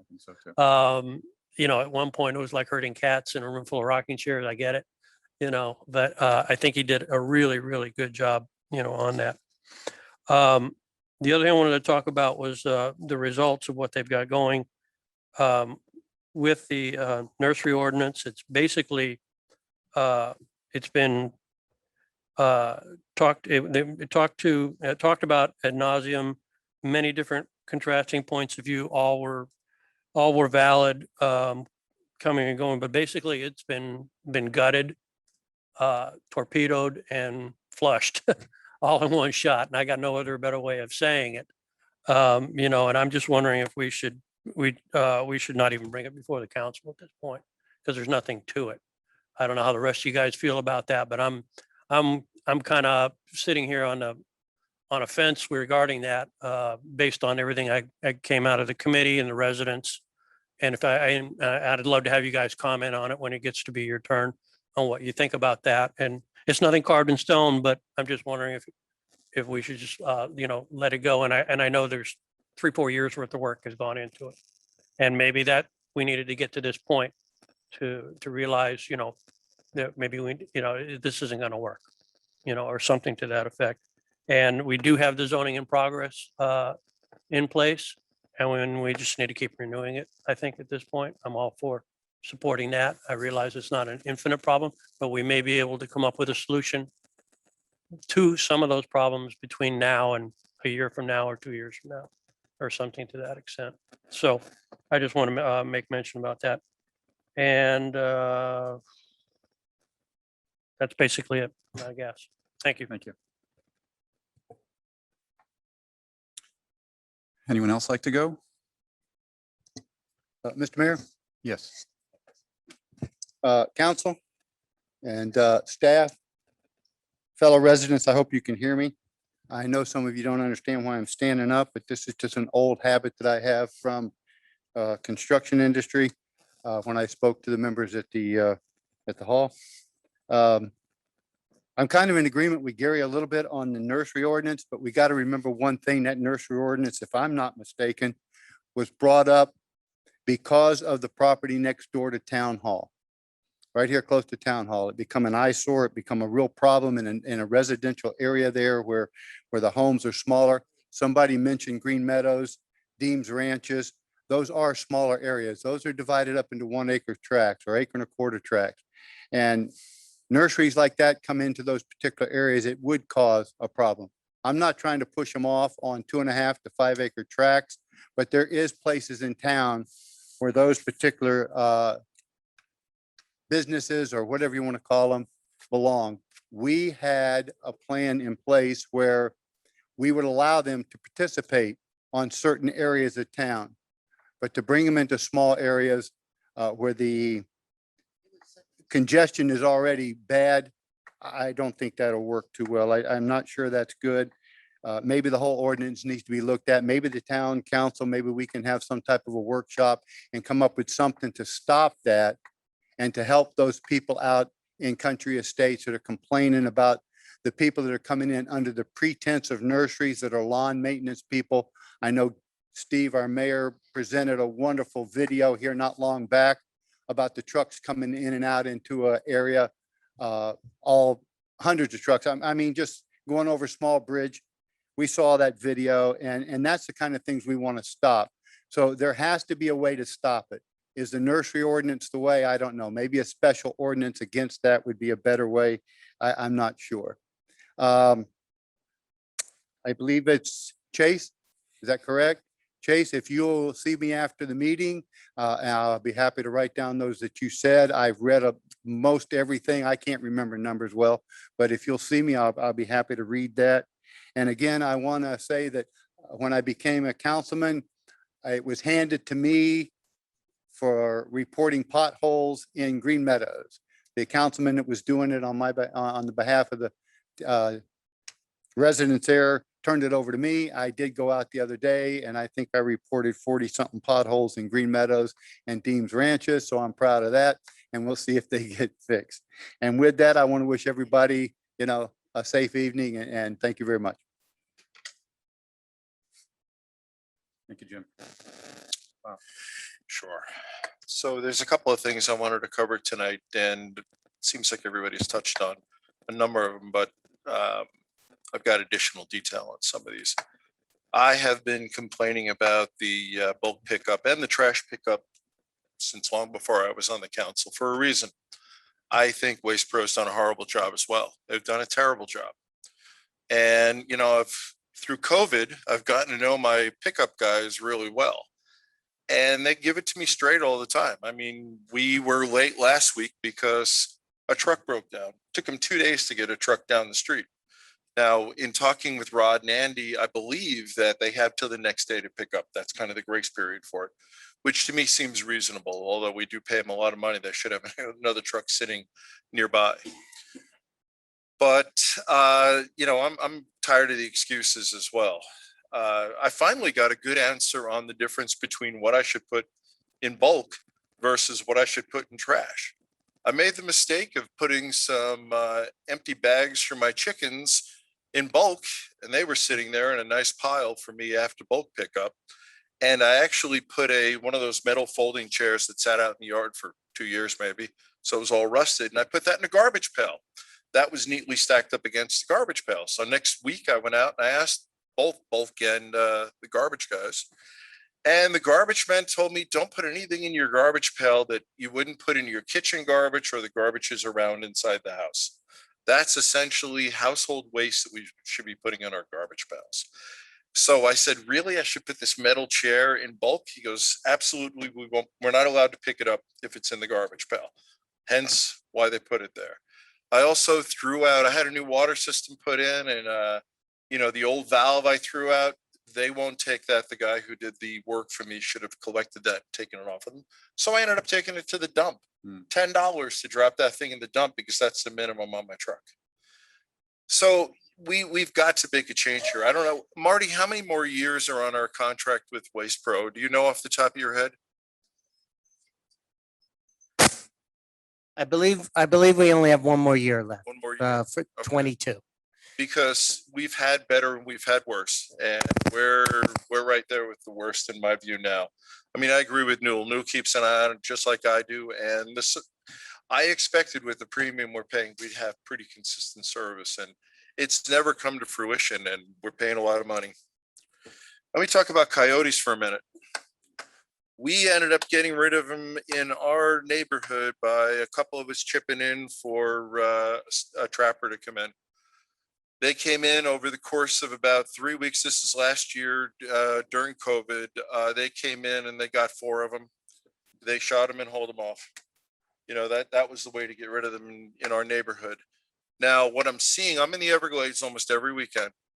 And 5 years ago, 7 years ago, I never saw a coyote in the Everglades. Now I see them regularly running in 2s, 3s, and 4s right along the levees. I was up in Okeechobee 2 weekends ago, and down in the cane fields, there's a pack of coyotes. I've never seen that before. There had to be 10 or 12 of them there. So they are finding the right prey wherever they're coming from, and they're taking over. I don't know if there's something we as a town can do. Keith, maybe you can answer the question that popped up a little while ago on whether if there is a coyote killing your livestock and you come out upon that, are you allowed to use a firearm? I don't want to answer that right now. I will get you that answer, come back. If it was an iguana, I would say yes, but I need to look into a coyote. Yeah. So I'll get back to you by the next meeting so you can announce it publicly. Okay, good. I'm sure a pellet gun will do it, but that's not humane. So coyotes, they are becoming more and more, and I wrote an article about them probably 2 years ago saying they're coming to stay, and it's the truth. Mr. Pepper, I'd like to have a word with you as well. I mean, what you've been saying makes a lot of sense, but I want to make sure I'd rather talk to you. Gary, you brought up the comp plan board doing the charter review.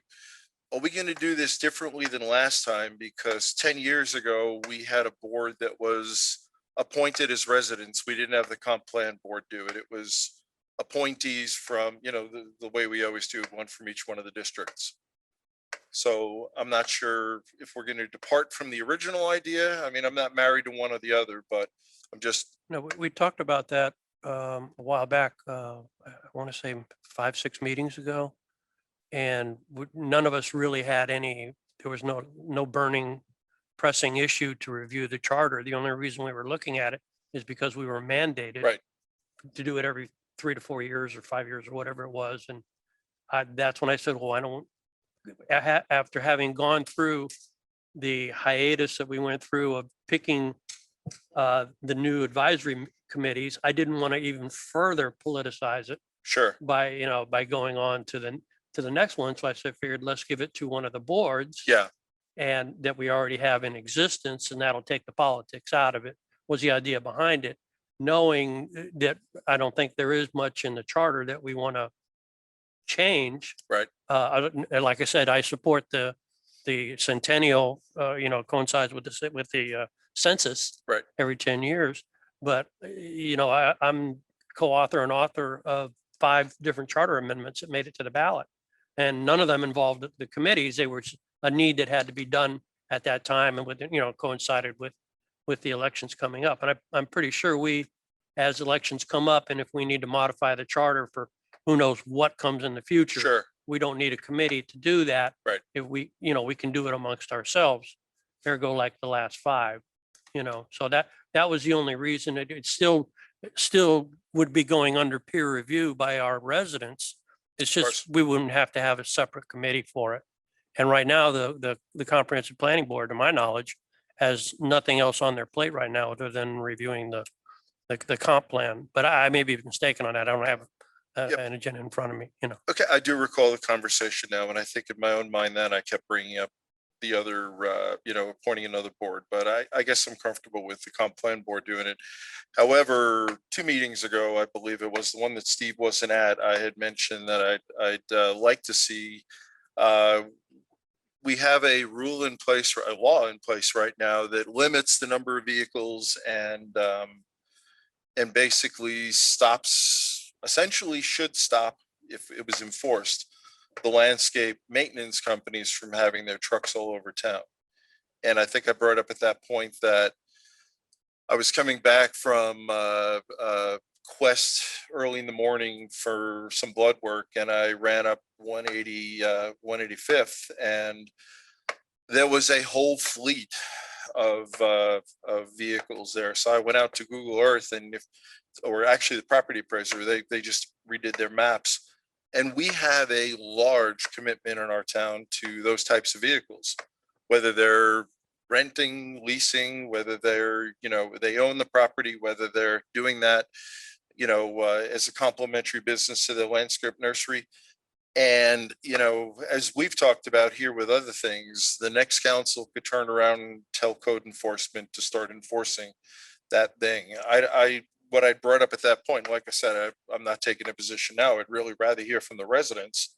Do they want to continue to allow that? Because we're doing that. We're allowing it. We're not enforcing the law. Yeah, I remember you mentioning, if memory serves, that you wanted to pull that out of the nursery ordinance. Right.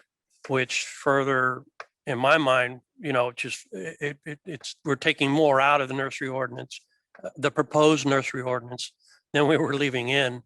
And I'm just at a point where, maybe this shouldn't, that's one of the reasons, maybe there shouldn't even, and I don't disagree with taking it out of that, because I looked at it real hard after that meeting, and what you said made sense. Right. It's a distraction. Right. And, It's not from- nursery ordinance material. Right, and it was a distraction, and it should have come out of there. And I was gonna, support you 100% at when it was coming back up again. Right. But the comprehensive planning board, had a meeting in between, and we were all there, and we all know the results of that. Yep. Which just further, what's the word I'm looking for? Further accentuated the argument, that maybe we need to look at something else. Right.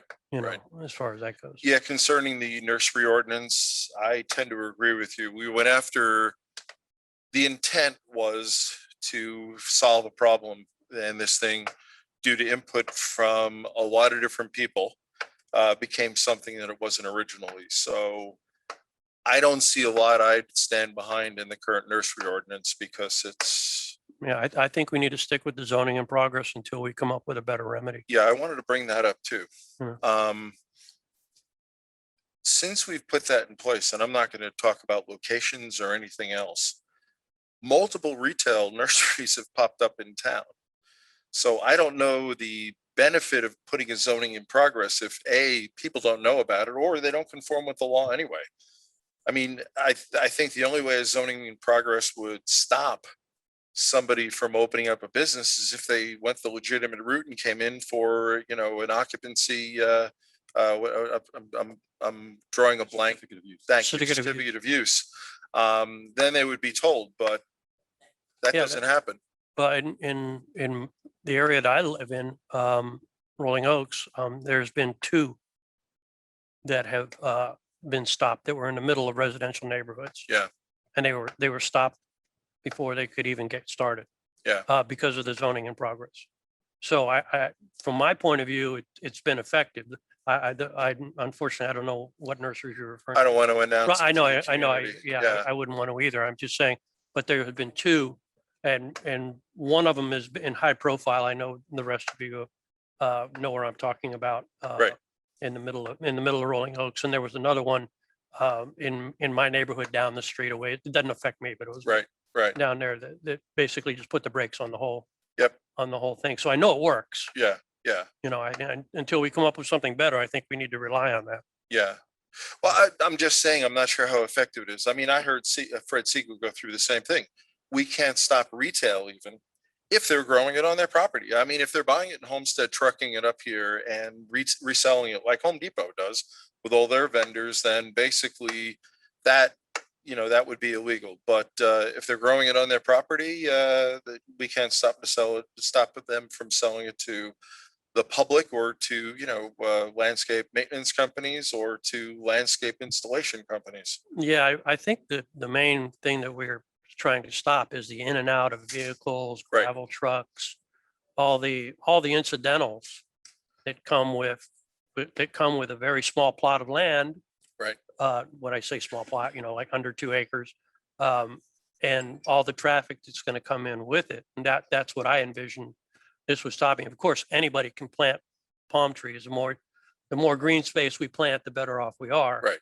As a community, and you guys know my background Yep. and what I did, what I studied, and I've planted several hundred trees in the last couple of years of different species. Right. But so yeah, and I could sell those tomorrow. There's nothing to stop me, Right. anybody from doing that. To anybody. Right, to anybody. So I get that. But would I be bringing in truckloads of gravel? Would I be bringing in modified driveways? All of that. That's where I think the zoning in progress works. Yep. That's why I'm advocating that. Yeah, then we're not as effective as maybe we might think about that. Because like I said, there's a bunch of new places in Well, town. if it's a code issue, should we be informing code? Like I said, Well, I mean, I'm just yeah. asking the question. I'm not. Nobody's come to me and complained about them. So I wouldn't call code, to basicve Yeah, but I don't think we shouldn't be kidding ourselves either in the process. It's not, I've seen 2 instances where it's worked. Right. In my area, I don't live in your area, and I don't live. These are up and running. Yeah. however it was stopped in your neighborhood, Gary, it was done at the beginning. These are full blown. And we have other, there's one that's been in here to town hall several times out on 210 that claim they were going to be a landscape nursery. They haven't put the first bush out for sale. They haven't got anything for sale. They are a full blown landscape maintenance operation. Well, they need a certificate of use. They have something from us because I know code's been out there early on because the neighbors were all very upset about it. Okay. They were another here we go again type scenario. Mhm. So, all right, we'll keep talking about this stuff. I mean, I don't think the conversation's going to end tomorrow. I think that's all I had to cover, but something, we took a lot of grief for appointing somebody to the board, the comp plan board that, at the time wasn't a resident. He turned around and bought a house in town, and I believe he's closed and he's moving in shortly. But I think it was the right thing to do because I think it gave the other people on the board some new opinions on the impacts of the decisions that they were trying to forward to us and some of the changes that were out there. So I think the overall exercise was a good thing. If we end up with a no op here because it isn't the right thing to do, I'm fine with that. I mean, and we've sat through 3 years worth of meetings on that. Yeah, well, let me clarify what I said earlier. If I had to do it all over again, I would support it, putting those individuals back there. But it was a one-off kind of a situation, and I think we needed their expertise, and I thank them for being on the board, and they did give us alternate points of view that some may not have considered. Right. That kind of thing. Yep. So, and like I said, if we had to do it again tomorrow, Yeah. I'd made the same decision. Yeah. Yeah. And somebody brought up something on how the board was going to decide what size pots. First time I met George, I went out to his nursery and he runs a spick and span place. I mean, it's beautiful. And, he brought that up to me, and having been in that business, there's no way you could ever, persuade me, let's cap it at 7 gallon, because you don't make money until they're that large. That's where the real money is. And he's got things in 50 gallon Lirio cans. And I mean, he's doing the right thing. Mm-hmm. And, going back to the board, it's like, that's not going to make any sense, guys. We're not talking liner nurseries. We're talking landscape nurseries. Liner nurseries are the guys that plant the seeds and make the cuttings and sell it off to people like George and Danny. So anyway, it's all good. Thank you, Mr. Mayor. Thank you. Good discussion. Mr. Mayor, if I could real quick, we still have one of those particular people on the board. Danny's still with us. He represents that 345 area. I understand that George and Danny are real good friends, and that may be a problem also in that they can't talk to each other, and it presents a problem for the sunshine. So George kind of stepped away from it, I think, also, and I'm not trying to put words in anybody's mouth, but Danny's still there representing the 345 area, and I think we've got a good representation there also. Right. Good. I agree, Jim. Good point, Jim. All right. Good discussion. I appreciate that. I've got a pretty good list. I want to add on to some of the comments that were made here.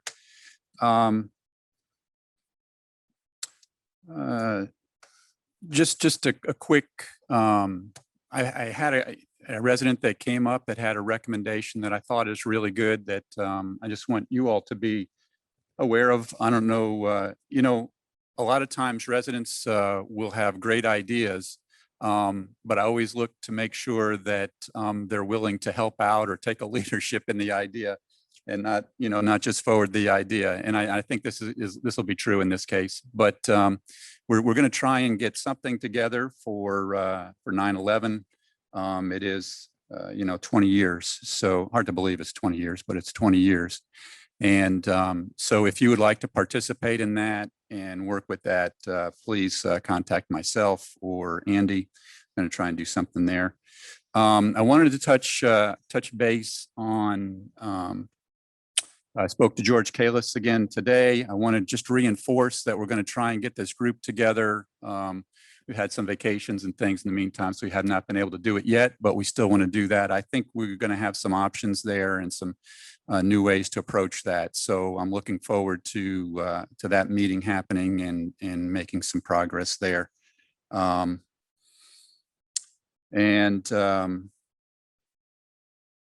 wanted to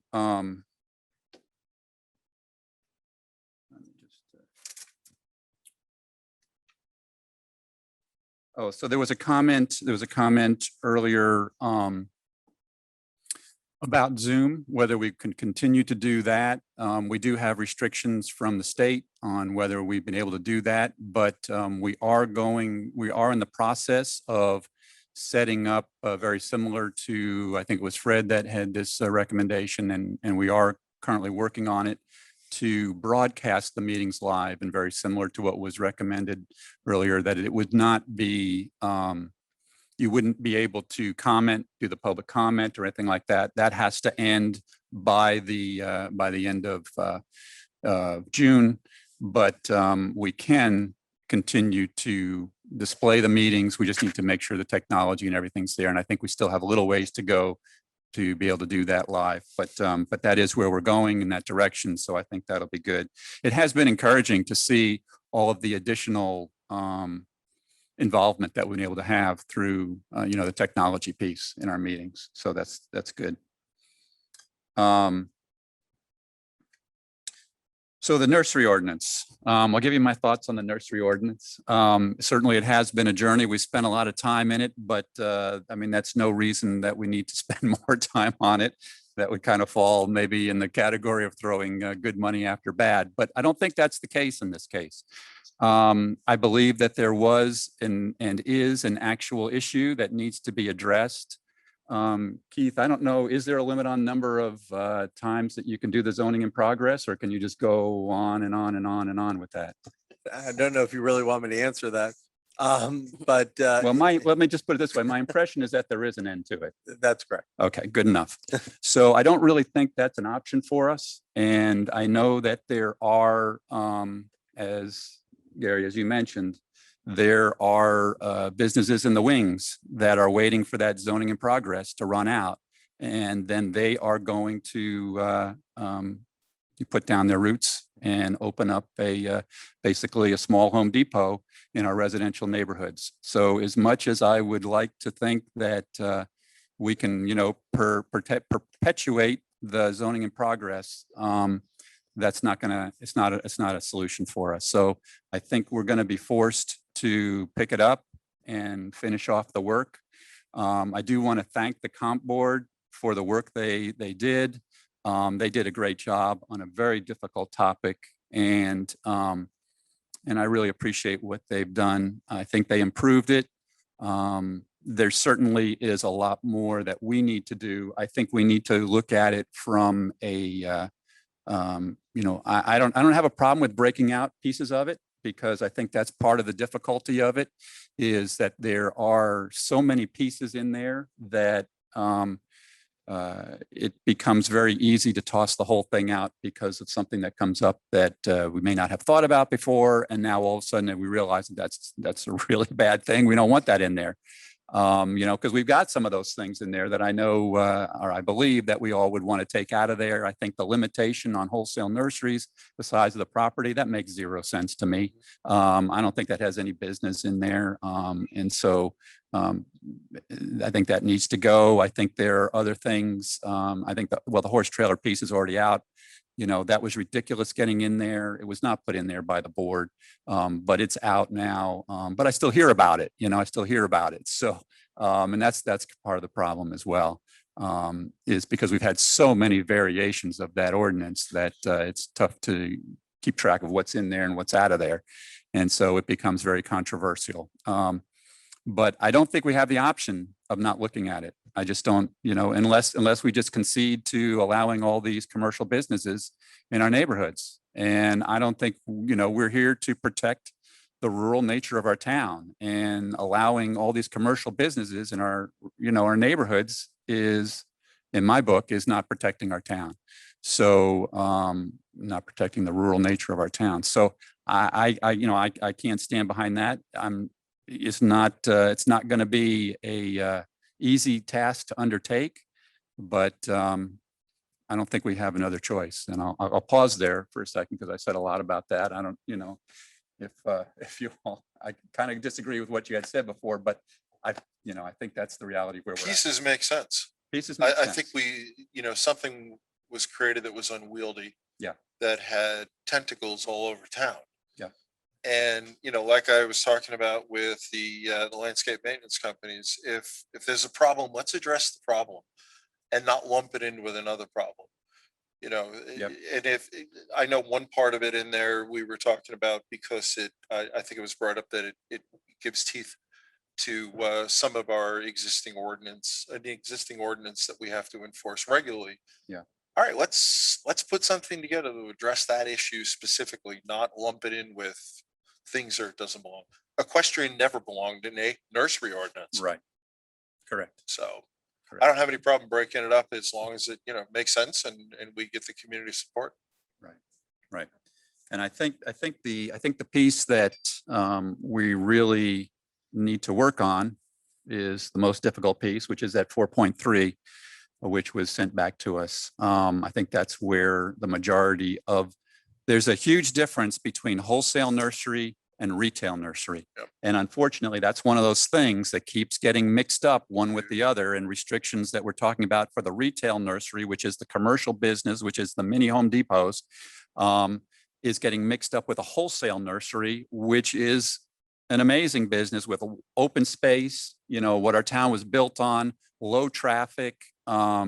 It's great to have those in our town.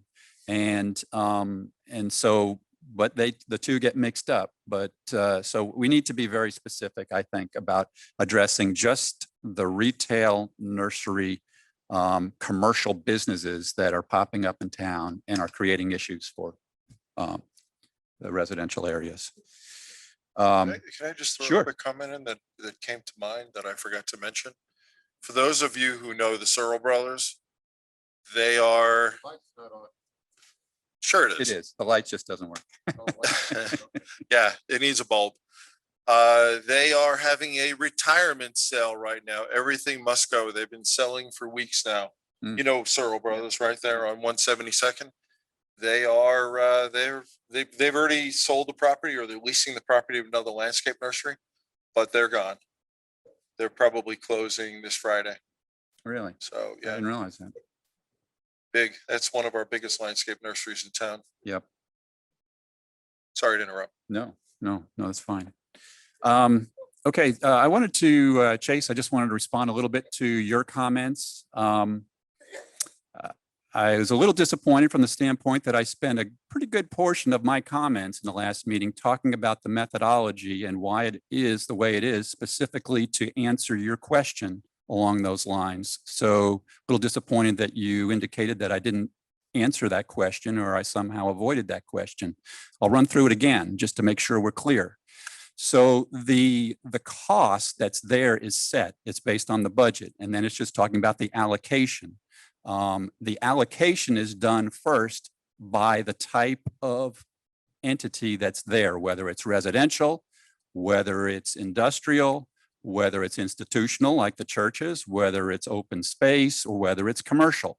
And it gets spread between those two. Now, that spread between them is based solely and strictly on the number of calls and the amount of use that each one of those categories gets. So at that point, based on the budget and based on the use for each one of those types of categories, the amount of cost that is going to be associated with that category is a set deal. It's a done deal. It's done. So to start mixing them up and say that, well, if we generated, or if we calculated residential by square foot, my cost would be $4,000 is flat out wrong math. It's incorrect, because that pocket of money that would be the same. The rate per square foot would be much lower because it would be tons of square footage for residential. And like I said, there's that set number for residential. So I don't know, I don't know how familiar you are with the calculation there, but that's flat out not true.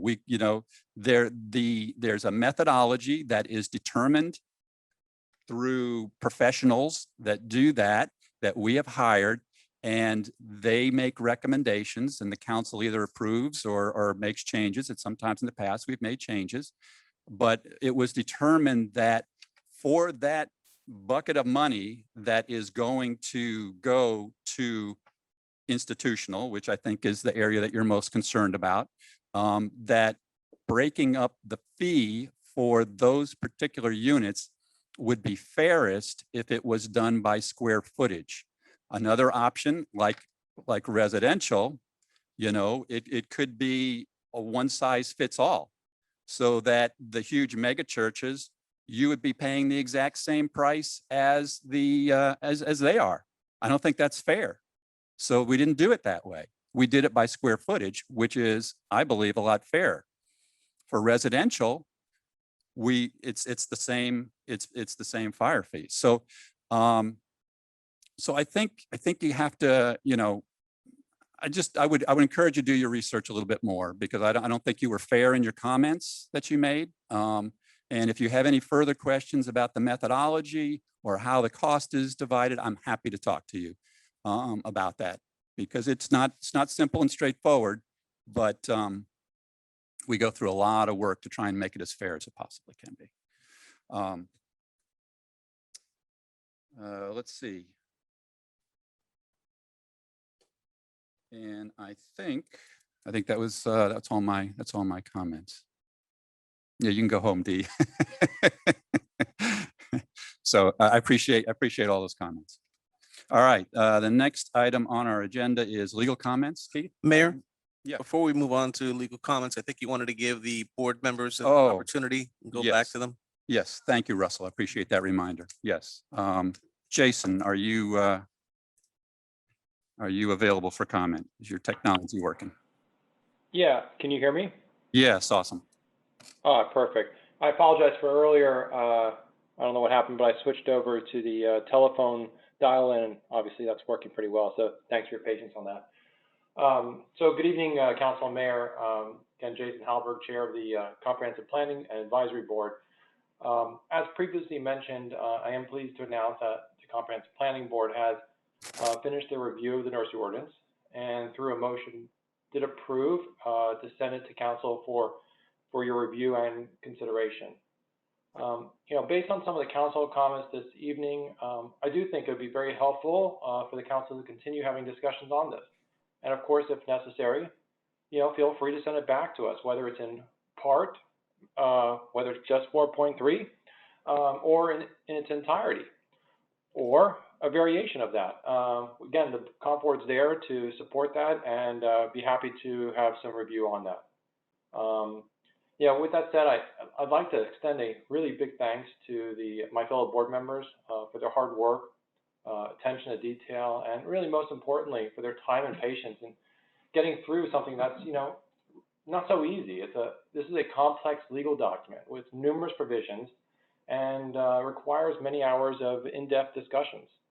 I'd also like to thank the community. There were many folks that actually dialed in to several of our last meetings, and took time from their evenings to add some, what I think is very valuable input.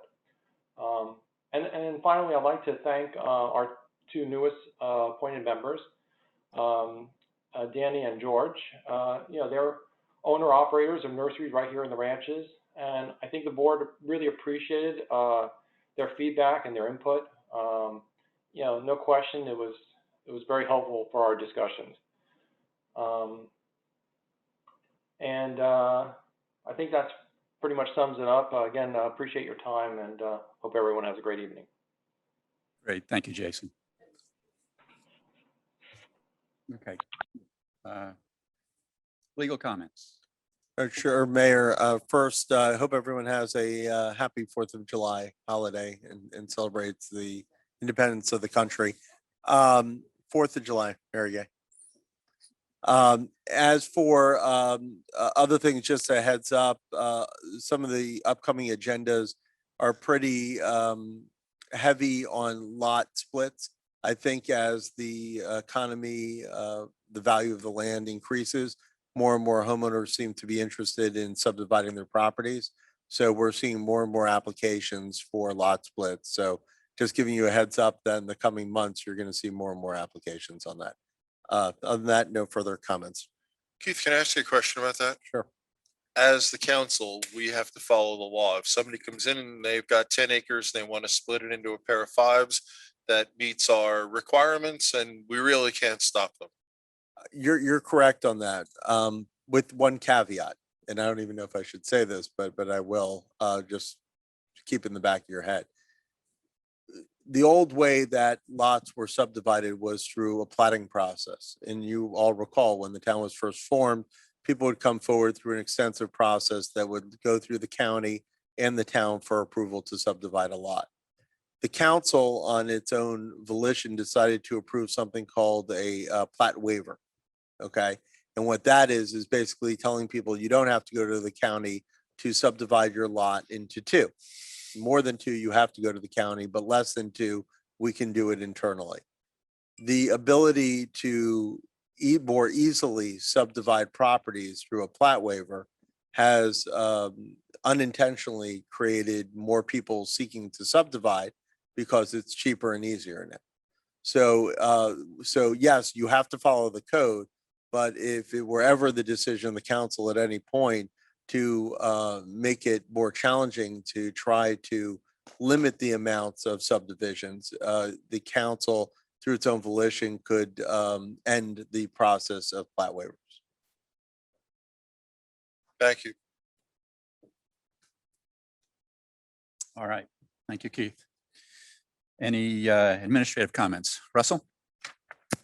Just be very brief, Mayor. I just wanted to take a moment to express our sincere grief and our thoughts and our prayers to our colleagues and the residents of the town of Surfside. As much as the residents suffering there, certainly the employees, the administration at Surfside is also suffering with the amount of requests they're getting and the media requests and everything that's going on. So just hearts and thoughts and prayers out to them. Also did want to acknowledge that Andy's on vacation and wish him a good rest of the vacation. Hopefully he's not, I know he's still probably on the call, knowing the type of person that he is. But I hope he enjoys his dinner and gets some rest, much needed rest and relaxation. And last but not least, I'd like to wish a speedy recovery to Councilmember Kaczynski. That's it. Thank you. Great. Thank you, Russell. Hey, motion to adjourn. Excellent. All right. Thank you. All right. Thank you, everybody.